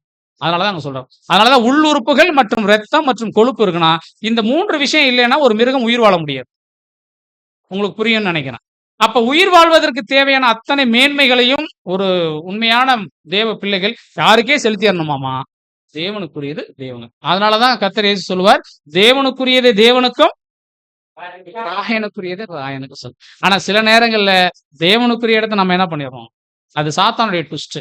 சாத்தானதான் என்ன பண்ணார், நான் வடபுறத்தில் உள்ள ஆராதனை கூட்டத்துக்கு மேலாக என்னுடைய சிங்காசனத்தை தூக்கும். அப்ப தேவனுடைய விஷயத்தை தேடுறவங்க அப்படின்னா அவங்க சாத்தானுடைய கைடன்ஸ்ல இருக்கிறாங்க அப்படிங்கிற அர்த்தத்தை நம்ம மறந்துடாங்க.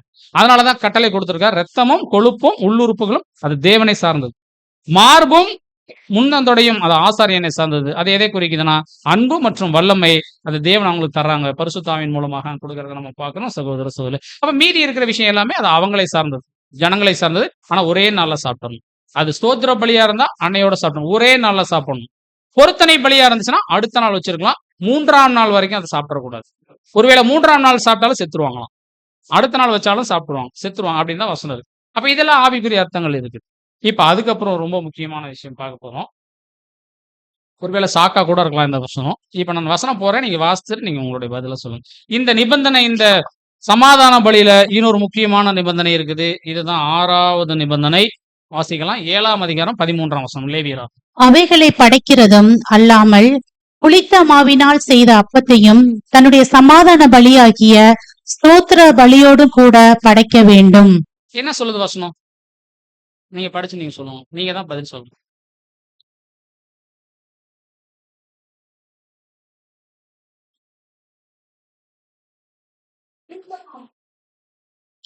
கவனிச்சிருக்கீங்களா? வசனம் என்ன சொல்லுதுன்னா, புளித்த மாவினால் செய்த அதிரசங்களை எரிக்கணும். நம்ம எங்கேயாவது படிச்சிருக்கிறோமா? புளித்த மாவு கொண்டு வந்து பலி செலுத்தலாமா? புளிப்பு இஸ்ரேல் தேசத்துக்குள்ளேயே ஜனங்களுடைய வீட்டுக்குள்ளேயே இருக்கக்கூடாது. ஆனா புளிப்பு இல்லாம அவங்க சாப்பாடே இருக்காது. நீங்க கவனிச்சிருக்கீங்களா? நொதிக்க வைக்கலன்னா ரொட்டி நல்லாவே இருக்காது. கரெக்டா இல்லைங்களா? அப்போ புளிப்பு எப்ப செய்யக்கூடாது அப்படின்னு சில நிபந்தனைகள் நம்ம பார்த்தோம்னா, ஆசரிப்பின் கூடாரத்துல வரும்பொழுது அது இஸ்ரேல் ஜனங்களுடைய நிபந்தனை ரொம்ப முக்கியமானது. பஸ்கால இருக்குது, பலி செலுத்துற பாருங்க, ஆசாரியுடைய பிரதிஷ்டையில புளிப்பில்லா அப்பதான் செய்ய சொல்லியிருக்கிறார். ஆனா இங்க செலுத்தக்கூடிய விஷயம் ஒரு சமாதான பலியில ரொம்ப ஆச்சரியமான விஷயம். படிக்கிறப்ப நமக்கே ஷாக்கு. என்னடா ஒருவேளை ஏதாவது டிரான்ஸ்லேட் தான் மிஸ்டேக்கா அப்படி இப்படின்னு பார்த்தா இல்ல. புளித்த மாவினால் செய்த அப்பங்களை கொண்டு வந்து படைக்கணும் சமாதான பலியோட. ஆச்சரியமா இல்லைங்களா? அப்ப இது என்ன அடையாளப்படுத்துது? அப்ப தேவன் இதை கூட அங்கீகரிக்கிறாரு. இதுல மீதியா இருக்கிற பங்கு அப்பம் அடையாளம் கொண்டு வருவாங்க பாத்தீங்களா? அதை ஒன்னொன்னு எடுத்து எரிக்கணும், மீதியா இருக்கிறது ஆசாரியன் கொடுக்கணும். அப்படிலாம் நியாயப்பிரமானது. நீங்க நல்லா கவனிச்சா நம்ம லேவியராகமம் 3 தான் சொன்னோம். ஆனா இப்ப நம்ம வசனம் எங்க கூட வாசிக்கிறோம்? ஏன் 7ல வாசிக்கிறோம்? இதனுடைய லிங்க் அங்க இருக்கு. அங்க ஒரு கட்டளை இருக்கு, சமாதான பலி எப்படி செலுத்தணுங்கிற விஷயம். அதுலதான் பாத்தீங்கன்னா புளிப்பில்லா அப்பம் அடைகள் அதிரசங்களை கொண்டு வரணும். அப்ப இது எதை எப்படி புளித்தமாவே தேவன் அங்கீகரிக்கிறார்? அப்ப நீங்க நல்லா கவனிச்சு பார்க்கும் பொழுது இது ஒரு ஆசாரியன் செலுத்தக்கூடிய பலி கிடையாது. மாறாக இஸ்ரேல் ஜனங்கள் செலுத்தக்கூடிய பலி. அவருடைய வாழ்க்கையில் இருக்கிற புளிப்பை அவங்க சுட்டெரிச்சு போட்டா தான் எங்கேயும் போக முடியும், ஆசரிப்பின் கூடாரத்துக்குள்ளே நுழைய முடியும். அது அவங்களுக்கான கட்டளை. ஆனா இது எங்க கொண்டு போய் படைக்க சொல்றாரு பாத்தீங்கன்னா, சர்வாங்க தகன பலி எரிக்கக்கூடிய பலிபீடத்துல அனுமதிக்கிறார் தேவன். அப்ப ஒருத்தர் புளிப்பை, அப்ப புளிப்பு அப்படிங்கறத நம்ம பார்த்திருக்கிறோம். அது பாவம் மற்றும் விஷயம். பாருங்க இந்த வசனம் வாசிக்கலாம். அப்ப புளிப்பு எதை அடையாளப்படுத்தி ஏன் தேவன் அனுமதிக்கிறார்னா வாசிக்கலாம். விதிவிலக்கான புளித்த மாவு பொதுவாக பலிபீடத்தில் கர்த்தருக்கு செலுத்தப்படும் எரிய காணங்களில் புளித்த மாவு லீவன் சேர்க்கப்படக்கூடாது என்பது இறைக்கட்டளை. லேவியராகமம் 2:11. ஏனெனில் வேதாகமத்தில் புளிப்பு என்பது பொதுவாக பாவம், கபடு அல்லது மனித சுபாவத்தின் அடையாளமாக கருதப்படுகிறது. ஆனால் இந்த நன்றி அறிதலின் சமாதான பலியில் மட்டும் புளித்த அப்பம் அனுமதிக்கப்படுகிறது. பாருங்க எவ்வளவு பெரிய விஷயம் பாத்தீங்கன்னா, இந்த புளிப்பான ஒரு விஷயம் நன்றி பலிகள்ல, ஸ்தோத்திர பலியில, சமாதான பலியில தேவன் அங்கீகரிக்கிறார், அனுமதிக்கிறார். காரணம் என்னன்னா, தேவன் எனக்கு செய்த நன்மைகளுக்கு, ஒருவேளை உன்னால பாவத்தை விட முடியல அப்படின்னா, தேவன் எனக்கு செய்திருக்கிற நன்மைகளுக்காக நான் என்ன பண்ணணும்? இந்த பாவத்தை விடணும். அப்படி விட்டா தான் நம்மளால என்ன பண்ண முடியும்? தேவனோடு சமாதானம் ஆக முடியும். பாவம் இல்லாம, ஏன்னா தேவன் பாவத்தை பார்க்கவே மாட்டார். கரெக்டுங்களா? இது அதனாலதான் இது யாரு கையில கொடுத்து உள்ள போகுதுன்னு பாத்தீங்கன்னா, உடன் ஆசாரியர்கள் மூலமாகத்தான் போகுது. அப்ப நம் மூலமாகத்தான் ஒட்டுமொத்த உலகத்தின் ஜனங்களும் அங்க விதிவிலக்காக இந்த பாவத்துல இருந்து வரப்போறாங்க. இது பொதுவான இஸ்ரேல் ஜனங்களுக்கான விஷயம். இப்ப நமக்கு இது எப்படி பொருத்தலாம்? அப்ப நம்மளும் புளிப்பான விஷயங்களை கொண்டு வந்து செலுத்திடலாமா? தேவன் அங்கீகரிச்சிருவாரா? பாருங்க அன்பான சகோதர சோழி, இங்க நல்லா கவனிச்சு பாக்குறோம். புளிப்பு எங்கேயுமே பயன்படுத்தக்கூடாது, நித்திய கட்டளை. ஆனா ஒருத்தர் சமாதான பலி, நான் தேவனோடு சமாதானமாகிறேன்னு ஒருத்தர் வாலின்றியா வர்றார், கட்டளையில கிடையாது. ஒருத்தர் சமாதான பலி செலுத்த வந்தா என்ன பண்ணலாம்? இந்த நிபந்தனை இருக்குது. அப்ப தேவனோட ஒருத்தர் சமாதானம் ஆகணும்னா ஃபர்ஸ்ட் அவர் என்னத்தை விட்டே ஆகணும்? தன்னுடைய பலியோட புளிப்பையும் வச்சு என்ன பண்ணிடணும்? எரிச்சோம். அப்ப புளிப்பு எதை அடையாளப்படுதுன்னா பாவத்தை தான் அடையாளப்படுத்துது. அந்த பாவத்தை அவர் எரிச்சால் ஒழிய, விட்டாலே ஒழிய அவரால் என்ன பண்ண முடியாது? தேவனோடு உறவு வைக்கணும். பலி ரத்தம் சிந்தி நான் என்னோட வசதி வாய்ப்புக்காக காளையோ ஆடையோ நான் வெட்டிட்டேன் அப்படிங்கிறதுக்காக தேவன் என்ன பண்ணிட மாட்டாரு? உங்களோட சமாதானம் வச்சுக்கிறேன், உலகத்தின் ஜனங்களோட சமாதானம் வச்சிட மாட்டார். மாறாக அவருடைய வாழ்க்கையில இருக்க எதையும் விட்டுறணும், அந்த புளிப்பையும் எரிச்சிடணும். கான்செப்ட் ஒண்ணுதான், ஆனா நம்ம கவனக்குறைவா படிச்சாதான் வித்தியாசமா இருக்கு. சொல்ற விஷயம் புரிஞ்சுக்கிறீங்களா? கொஞ்சம் கவனமா கவனிக்கலன்னா இது வித்தியாசமா போயிடும். ஏன்னா பிரதர் இது தேவையில்லாத சொல்லிட்டு இருக்காரு நீங்க நினைச்சிடக்கூடாது. அப்போ ஒருத்தர் தேவனோடு சமாதானமாகணும்னு விருப்பப்பட்டார்னா அவர் பலி செலுத்திட்டா போயிடலாம்னு நினைச்சா முடியாது. அது இன்னைக்கு இருக்கக்கூடிய உலக பெயர் கிறிஸ்தவர்கள் அதை செஞ்சுட்டு இருக்கிறாங்க.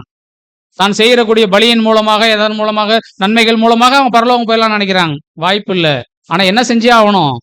புளிப்பையும் எரிச்சரணும். அந்த சர்வாங்க தகன பலி அப்படின்னா நான் தன்னுடைய பாவத்தை முற்றிலுமாக எரித்து போட்டுறணும். அது பலிபீடத்தோடைய. அதுக்கப்புறம் தான் அவரால் என்னவே பண்ண முடியும்? வாசலை வச்சு உள்ள ஒருவன் கிறிஸ்துவுக்குள் வரணும்னா, நானே வாசல், ஒருவன் என் மூலமாக இல்லாம என்ன பண்ண முடியாது? உள்ள வரவே முடியாது. அப்ப பொதுவான ஜனங்கள் கிறிஸ்துவை ஏற்றுக்கொள்ளாம, அவருடைய நிபந்தனைகளுக்கு உட்படாம ஆசரிப்பின் கூடாரத்துக்குள்ள வரவே முடியாது. இது பொதுவான ஜனங்களுக்கான விஷயம். ஆனா நம்மள புது சிருஷ்டிகளே, நம்மள இன்னைக்கு பிரகாரத்துக்குள்ள இருக்கிறோம். பிரகாரத்தை தாண்டி பரிசுத்த ஸ்தலத்துக்குள்ள இருக்கலாம். நமக்கு எப்படி இதை பொருத்தலாம்? அப்ப நமக்குள்ளே ஏதோ புளிப்பு இருக்குன்னு தானே. அப்ப நம்மளும் அதை என்ன பண்ணணும் அப்படின்னா எரிச்சு தாணும். அது எதை அடையாளப்படுத்து அப்படின்னு நீங்க பாத்தீங்கன்னா வசனவாசி. விசுவாசிகளின் தற்போதைய நிலை. சமாதான பலி என்பது விசுவாசிகள் தேவனோடு கொள்ளும் ஐக்கிய விருந்து.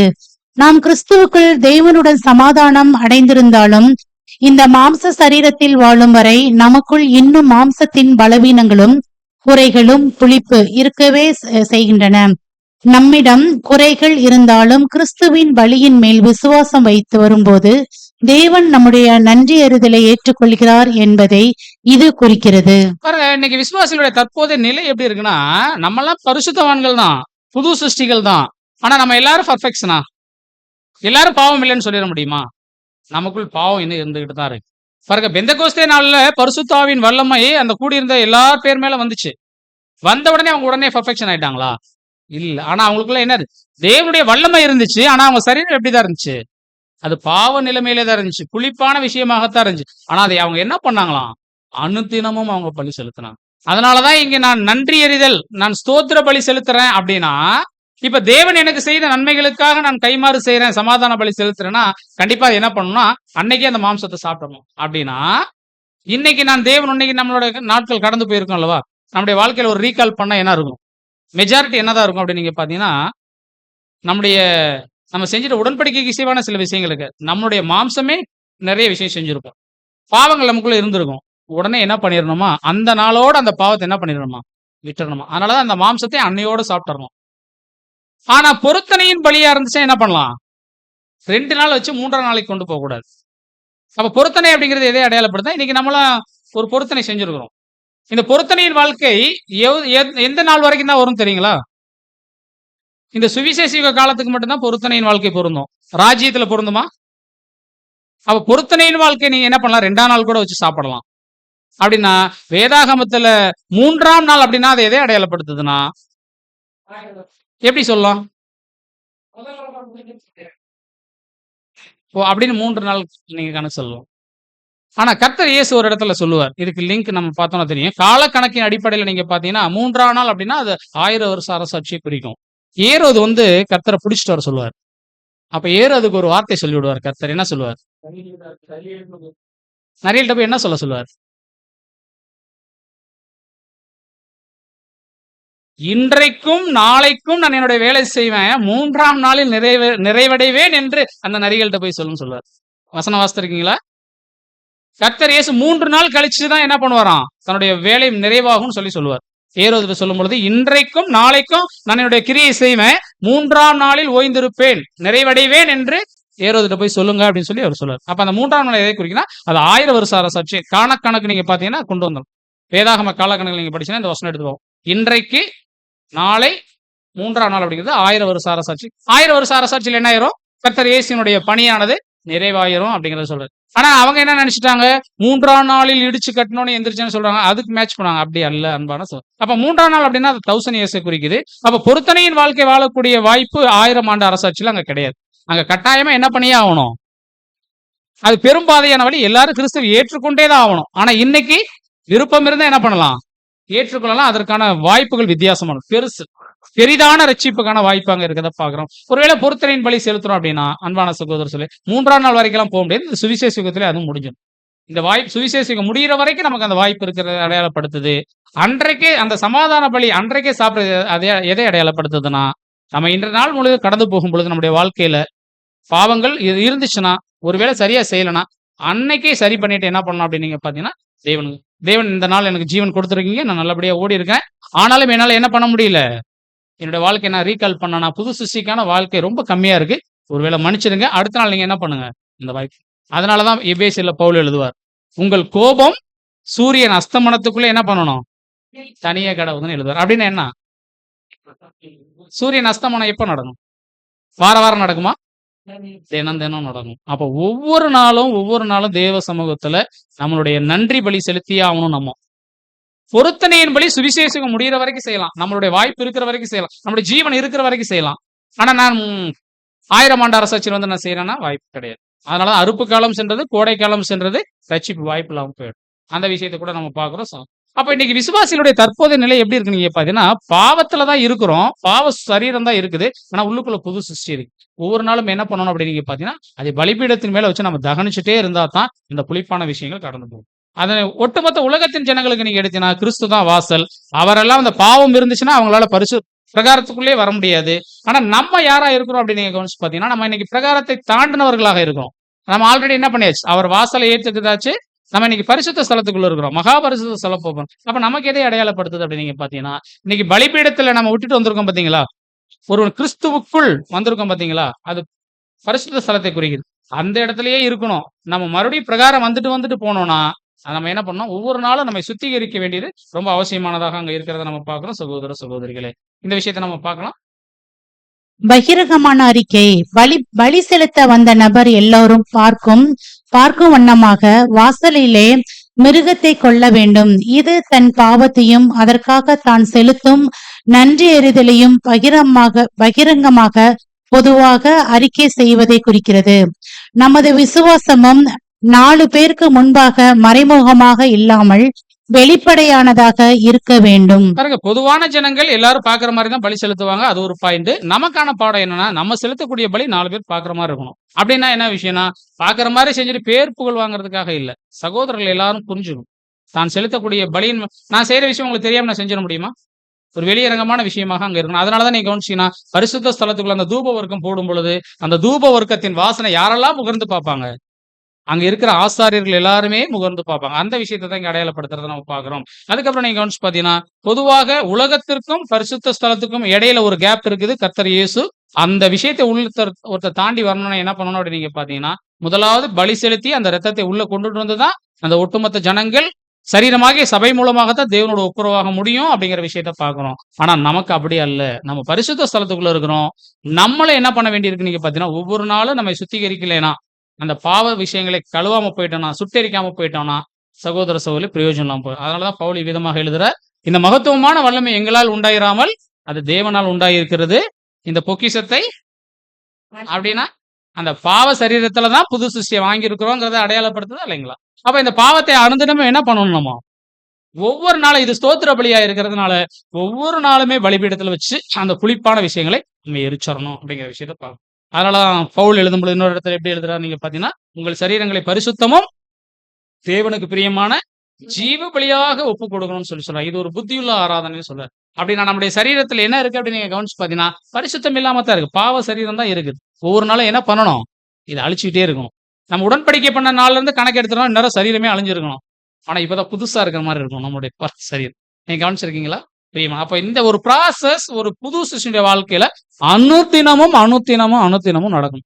ஆனா நம்ம பாவ கணக்கை கூட்டிக்கிட்டே தான் இருக்கிறோமே ஒழிய, அதை சுத்தம் பண்ற போல நம்மளுடைய வாழ்க்கையை சற்று ரீகால் பண்ணீங்கன்னா தெரியும், கம்மியா தான் இருக்கு. இந்த ப்ராசஸ் கம்மியா இருக்கு, அந்த ப்ராசஸ் ஜாஸ்தியா இருக்கு. ஒருவேளை பழைய மனுஷன் வளர்ந்துகிட்டே இருந்தானா புதிய மனுஷன் என்ன ஆயிடுவார், கொஞ்ச நாள்ல மடிஞ்சிருவார். ஆனா நமக்குள்ள புதிய மனுஷன் தான் வளரணுமே ஒழிய பழைய மனுஷன் என்ன ஆகக்கூடாது, ஒவ்வொரு நாளும் குறைஞ்சிருக்கும். அப்ப நீங்க சற்று உங்களை நிதானிச்சு பாருங்க. உடன்படிக்கை பண்ண நாள்ல இருந்து பழைய மனுஷன் எந்த அளவு கீழே போயிருக்கிறார். ஒவ்வொரு நாளும் நான் அந்த புளிப்பான அப்பத்தை எரிச்சிருக்கணும் இல்லையா? எரிச்சிருக்கிறோமா? சற்று கவனிச்சு பாருங்க அன்பான சகோதர சகோதரி. அதுக்கப்புறம் நீங்க கவனிச்சு பாத்தீங்கன்னா, அந்த சமாதான பலியில 3ஆம் நாள் வரைக்கும் சாப்பிடக்கூடாது. அது அங்கீகரிக்கப்படக்கூடாது. இது சமாதான பலி. இல்ல நான் இன்னைக்கு ஒப்புரவாகல, நான் ராஜ்யத்துல இருந்து ஒப்புரவாகிறேன் நம்ம நினைச்சோம்னா அன்னைக்கு சபை வாய்ப்புலாம் நமக்கு கிடைக்காது. அதைத்தான் நான் முன்னாடியே சொல்லிட்டேன். அதுக்கப்புறம் இதுல ஒரு கட்டளை இருக்கு அன்பான சகோதர சகோதரி. அடுத்து இது நிபந்தனை 7 என்ன நீங்க பாத்தீங்கன்னா, 3ஆம் நாள் வரைக்கும் சாப்பிடக்கூடாது. ஒருவேளை ஒரு விருந்து வைக்கிறாருல, அந்த விருந்து வைக்கிறவங்க சாப்பிடுறாங்க பாத்தீங்களா, அவங்க கூட எப்படிப்பட்டவங்களா இருக்கணுமா, சமாதான பலியின் மாம்சத்தை ஒருத்தர் சாப்பிடுறாருன்னா ஒரு கட்டளை இருக்குது. என்ன நீங்க பாத்தீங்கன்னா, வசனம் வாசிக்கலாம். 7ஆம் அதிகாரம் 20ஆம் வசனம்.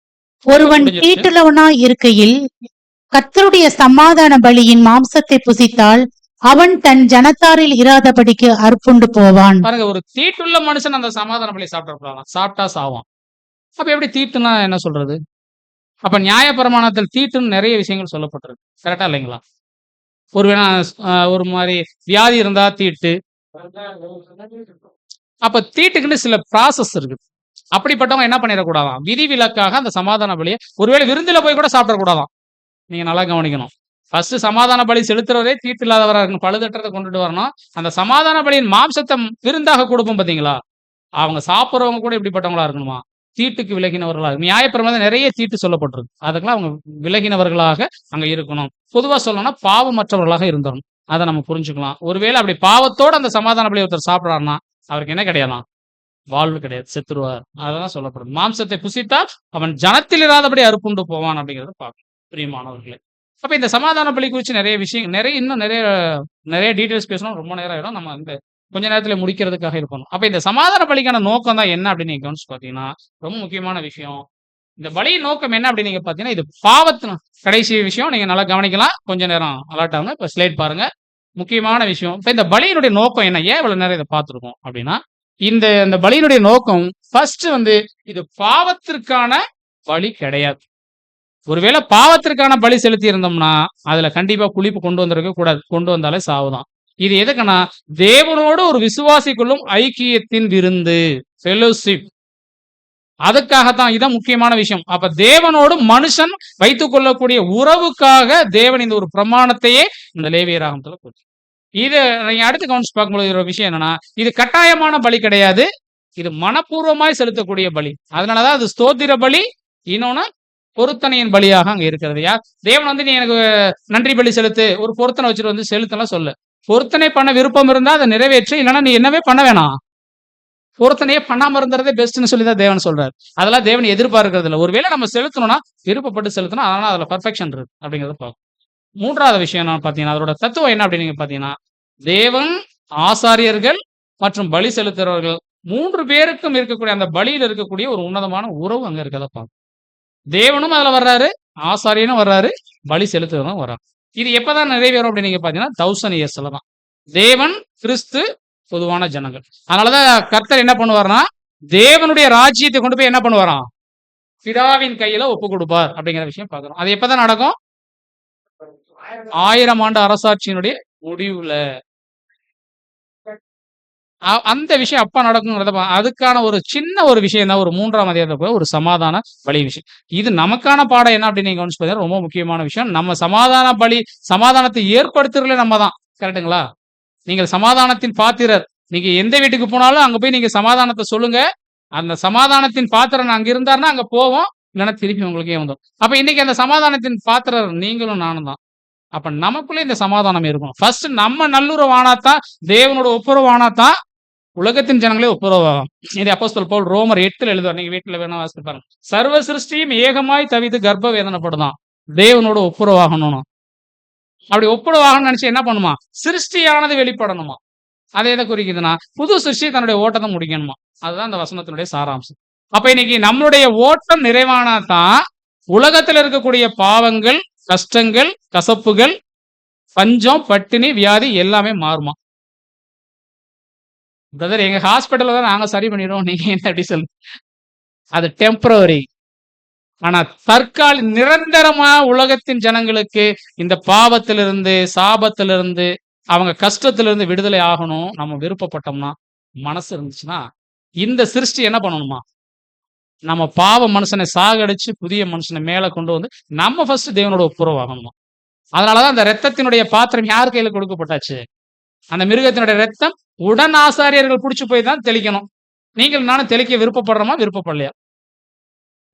விருப்பம் இருக்கு பிரதர். ஆனா என் ரத்தத்தையே என்னால கொண்டு போய் செலுத்த முடியாம ஒரு நாள் தடுமாறேன். அதுக்காக தேவன் நம்ம கொடுக்கலாம். அதனாலதான் கூப்பிட்டு உட்கார சொல்றாரு. எப்பா, உன்னை வச்சுதான் இவ்வளவு பெரிய திட்டம் போட்டிருக்கிறேன், நீ என்ன பண்ணுங்க அதுக்குரியவனா மாறு. எவ்வளவு பெரிய ப்ராஜெக்ட் நீ யோசிச்சு பாருங்க. இதுக்கெல்லாம் நம்மளா தகுதியானவங்களா? நமக்கே ஒரு ப்ராஜெக்ட் செஞ்சு கொடுக்குற நிலைமையில தான் நம்ம இருக்கிறோம். நம்மளுடைய நிலைப்பாடு இதுதான். உண்மையா இல்லைங்களா? ஆனா தேவன் நம்மளையும் ஒரு பொருட்டா நினைச்சு கூட்டிட்டு உட்கார வச்சு, ஒட்டுமொத்த உலகத்தின் ஜனங்களுடைய விமோச்சனம் உன் கையில இருக்குப்பா அப்படின்னு சொல்லி கொடுக்குறாரு. அதற்குரிய அந்த கணத்தை நீங்க வாங்கின அந்த கணம் ஏதாவது வேல்யூஷன் புரியுதுங்களா? அதுதாங்க நம்மளுடைய உடன்படிக்கை. அது சாதாரணமானது இல்லை. அதுதான் நம்ம தேவனோடு செஞ்சிருக்க உடன்படிக்கை. இப்ப கர்த்தர் இயேசு அந்த உடன்படிக்கை தன் கையில வாங்கினார். தேவனே, நான் என்ன பண்ண, என் காரியமா யார் போவார்? என்ன அவரோட காரியம்? ஆதாமின் சந்ததியை மீட்கணும். என் ஜனம் என்ன ஆயிடுச்சு? பாவத்துக்குள்ள போயிட்டாங்க. அதுக்காக தேவன் தன்னுடைய குமாரன் அனுப்பிச்சார். நான் போறேன் வாலண்டரியா போனேன். இன்னைக்கு நீங்களும் நானும் வாலண்டரியா தான் வந்திருக்கிறோம். நாங்க என்ன பண்றோம்? அந்த பலியில மிங்கிள் ஆயிருக்கும்னு சொல்லிட்டு. ஆனா நிறைய நேரங்கள்ல தேவன் நம்ம கையில கொடுத்துருக்கிற அந்த கனமான ப்ராஜெக்ட் மறந்து போயிடுறோம். நம்ம கையில சாதாரண ப்ராஜெக்ட்ல நம்முடைய ரட்சிப்பும் இருக்குது, அதுக்குள்ள ஒட்டுமொத்த உலகத்தின் ரட்சிப்பின் திட்டமும் நம்மளை வச்சுதான் தேவன் செய்ய போறார். அதை நீங்க மறந்துடவே வேணாம். நம்மளுடைய அவலமான நிலை எப்படி இருக்குன்னா, நம்மளுடைய ரட்சிப்பை தற்காத்துக் கொள்றதுக்கே நம்ம தட்டு தடுமாறி விழுந்து விழுந்து எந்திரிச்சிட்டு இருக்கிறோம். ஆனா தேவன் நம்மையும் உண்மையுள்ளவன் என்று எண்ணிதான் என்ன பண்ணியிருக்கிறார், இந்த உக்கிரானத்துவத்தை நம்ம கையில கொடுத்திருக்கிறார். அப்படிங்கிறப்போ நீங்க சற்று நிதானிச்சு பார்த்து நம்முடைய இந்த பலியின் ஜீவியத்தினுடைய மேன்மையை சற்று புரிஞ்சு பார்த்துட்டு கண்டிப்பா அதற்கே ஒரு வாழ்க்கை வாழ்வதற்கு பிரயாசம் எடுத்துட்டா போதும். தேவன் என்ன பண்ணிடுவார், நம்மளால 100% செய்ய முடியாதுங்க. கொஞ்சம் செஞ்சுட்டா மீதி என்ன பண்ணிடுறார், கர்த்தர் இயேசு அங்க செய்யறார். பிரயாசம் இருந்துட்டா போதும், தேவன் கண்டிப்பா நமக்கு அந்த வாய்ப்பை கொடுத்து அவருடைய சரீரமாகிய சபையில நம்மளை இணைச்சிட்டு, உண்மையும் உத்தமமான ஊழியக்காரனே என் எஜமானுடைய சந்தோஷத்துக்கு பிரவேசிங்க, இந்த வாய்ப்பு நீங்க எடுத்து உலகத்தின் ஜனங்களுக்கு கொடுங்கன்னு அந்த வாய்ப்பு நாங்கள் கொடுக்கதான் போறோம். பொறுமையோடு கேட்டவங்களை யாவரையும் தேவன் தாமே ஆசீர்வதிப்பாராக.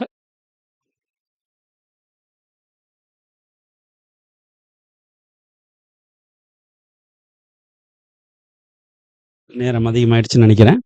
பரவாயில்ல, இருக்கட்டும். நல்ல ஒரு அருமையான ஒரு சத்திய பாடத்தை தேவன் நமக்கு இன்னைக்கு கொடுத்துருக்கிறாரு. உண்மையிலேயே நமக்கு தேவனுக்கு மிகப்பெரிய நன்றியை நம்ம சொல்லணும். எப்படின்னு சொன்னீங்கன்னா, ஃபஸ்ட்டு இதுக்கப்புறம் நான் டைம் எடுத்துக்க விரும்பல, நேராக அதுக்கு போயிடுறேன். இருந்தாலும் ஒரு விஷயத்தை நான் ஒரே சொல்லிடுறேன். ஆரோனை பிரதிஷ்டை பண்ணிட்டாங்க. ஆரோன் அதை பிரதான ஆசிரியராக பிரதிஷ்டை பண்ணிட்டாங்க.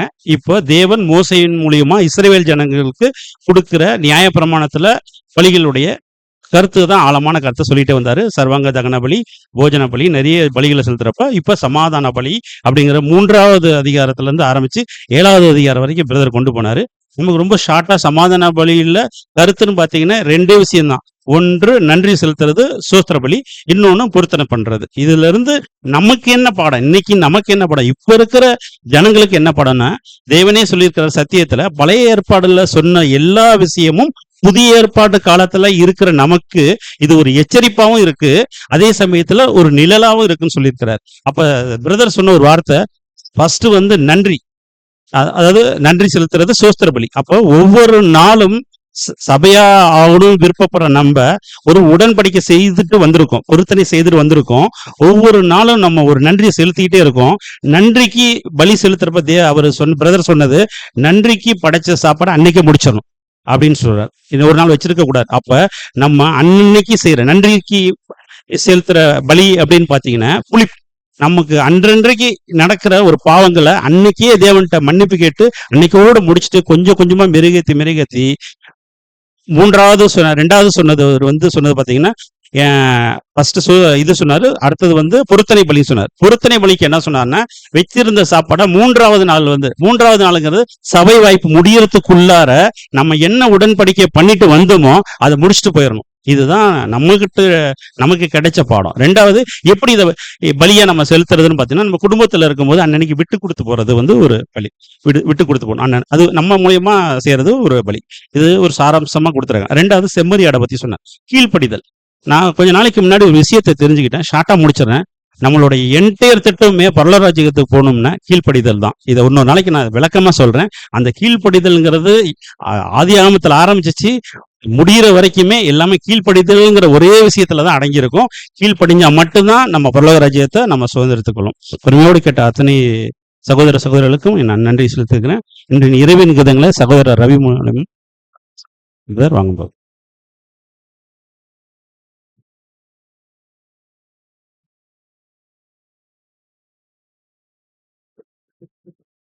ஆகஸ்ட் 14. அப்பொழுது பிசாசானவன் அவரை விட்டு விலகி போனான். உடனே தேவதூதர்கள் வந்து அவருக்கு பணிவிடை செய்தார்கள். நமது கர்த்தராகிய இயேசு தம்முடைய பிதாவின் குறிப்பிட்ட பணியை சிரமேற்கொண்டு செய்வதனால் பல வழிகளை சாத்தான் காண்பித்தாலும் அவைகளில் ஒன்றையும் ஏற்றுக்கொள்ளாமலும் சுய தியாகம் செய்து இடுக்கமான வாசல் வழியாக குறிப்பிடப்பட்டபடியே நடந்து தேவ சித்தத்தை நிறைவேற்றி வெற்றி சிறந்தார். எனவே எதிராளியான சாத்தான் பிதாவின் வார்த்தைக்கும் அவரது ஆவிக்கும் உண்மையுள்ளவராக இருக்கிற கிறிஸ்துவனிடத்தில் தன் நோக்கம் நிறைவேறாது என்று கண்டு அவரை விட்டு விலகி ஓடினான். சோதனை பிடித்த பின்பு அவருடைய பரிசுத்த தூதர்கள் வந்து அவருக்கு உபவாசத்தினாலே ஏற்பட்ட சோர்விலை பணிவிடை செய்தார்கள். இயேசு தம்முடைய தெய்வீக பலத்தை காட்டும் வாய்ப்பிருந்தும் அதை தமக்கு பயன்படுத்தவில்லை. இப்படியாக நமது ஆண்டவரின் அனுபவத்தைப் போல நம்மையும் வெற்றி வந்தடைகிறது. ஆவியின் ஐக்கியமும் மன உருக்கமும் தெய்வீக கிருபையும் உணர்வையும் பலப்படுத்தி அடுத்த சோதனைக்கு தயார்படுத்தும். ஆமீன். இந்த கூடுகைக்கு முடிவு ஜெபமாக சுவேதமுத்தையா அவர்கள் வந்து ஜெயிப்பார்.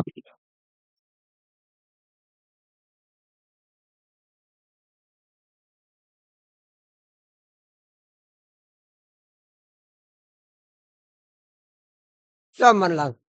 பரிசுத்த நிறைந்த பிதாவே, வேணுமாக ஆண்டவரே ஸ்தோத்திர கண்ணன் கருமணி போல எங்களை காத்து எங்களை கூட்டு சேர்த்துனபடியால ஸ்தோத்திரங்கப்பா. ஆடுகளை போல எங்களை ஆண்டவரே ஸ்தோத்திரம். எங்கேயோ நாங்கள் அலைந்து தெரிந்தாலும் எங்களை மேல் உருக்கம் வைத்து எங்களை அழைத்து கொண்டு வந்தபடியால ஸ்தோத்திரங்கப்பா. வேணுமாக கர்த்தாவே ஸ்தோத்திரம் ஆண்டவரே பலியை குறித்து ஸ்தோத்திர பலி செலுத்துகிறோம் என்னை மகிழ்படுத்தி 2 பேத்துல காங்குறங்கப்பா. இப்போ ஆட்டுகளை போல கர்த்தாவே ஸ்தோத்திர செம்பியாடுகள் போல நாங்கள் கீழ்ப்படிந்து இப்படி பரிசுத்தமான வேதத்தை நாங்கள் உள்வாங்கி இயேசு கிறிஸ்து சாயில வளர எங்களுக்கு கிருபை பலன் ஒத்தாசை அருள் செய்யும்படியாக ஜெபிக்கிறேங்கப்பா. தொடக்கத்திலிருந்து முடிவிருந்து உடைய பிரச்சனைகளை ஆள்கொண்டபடியால ஸ்தோத்திரங்கப்பா. இயேசு கிறிஸ்துவையா பரிசுத்த நிறைந்த நாமத்துல தாழ்மையோடு ஒப்பு கொடுக்கிற ஜீவனுள்ள பரிசுத்த நிறைந்த நல்ல பிதாவே, ஆமென்.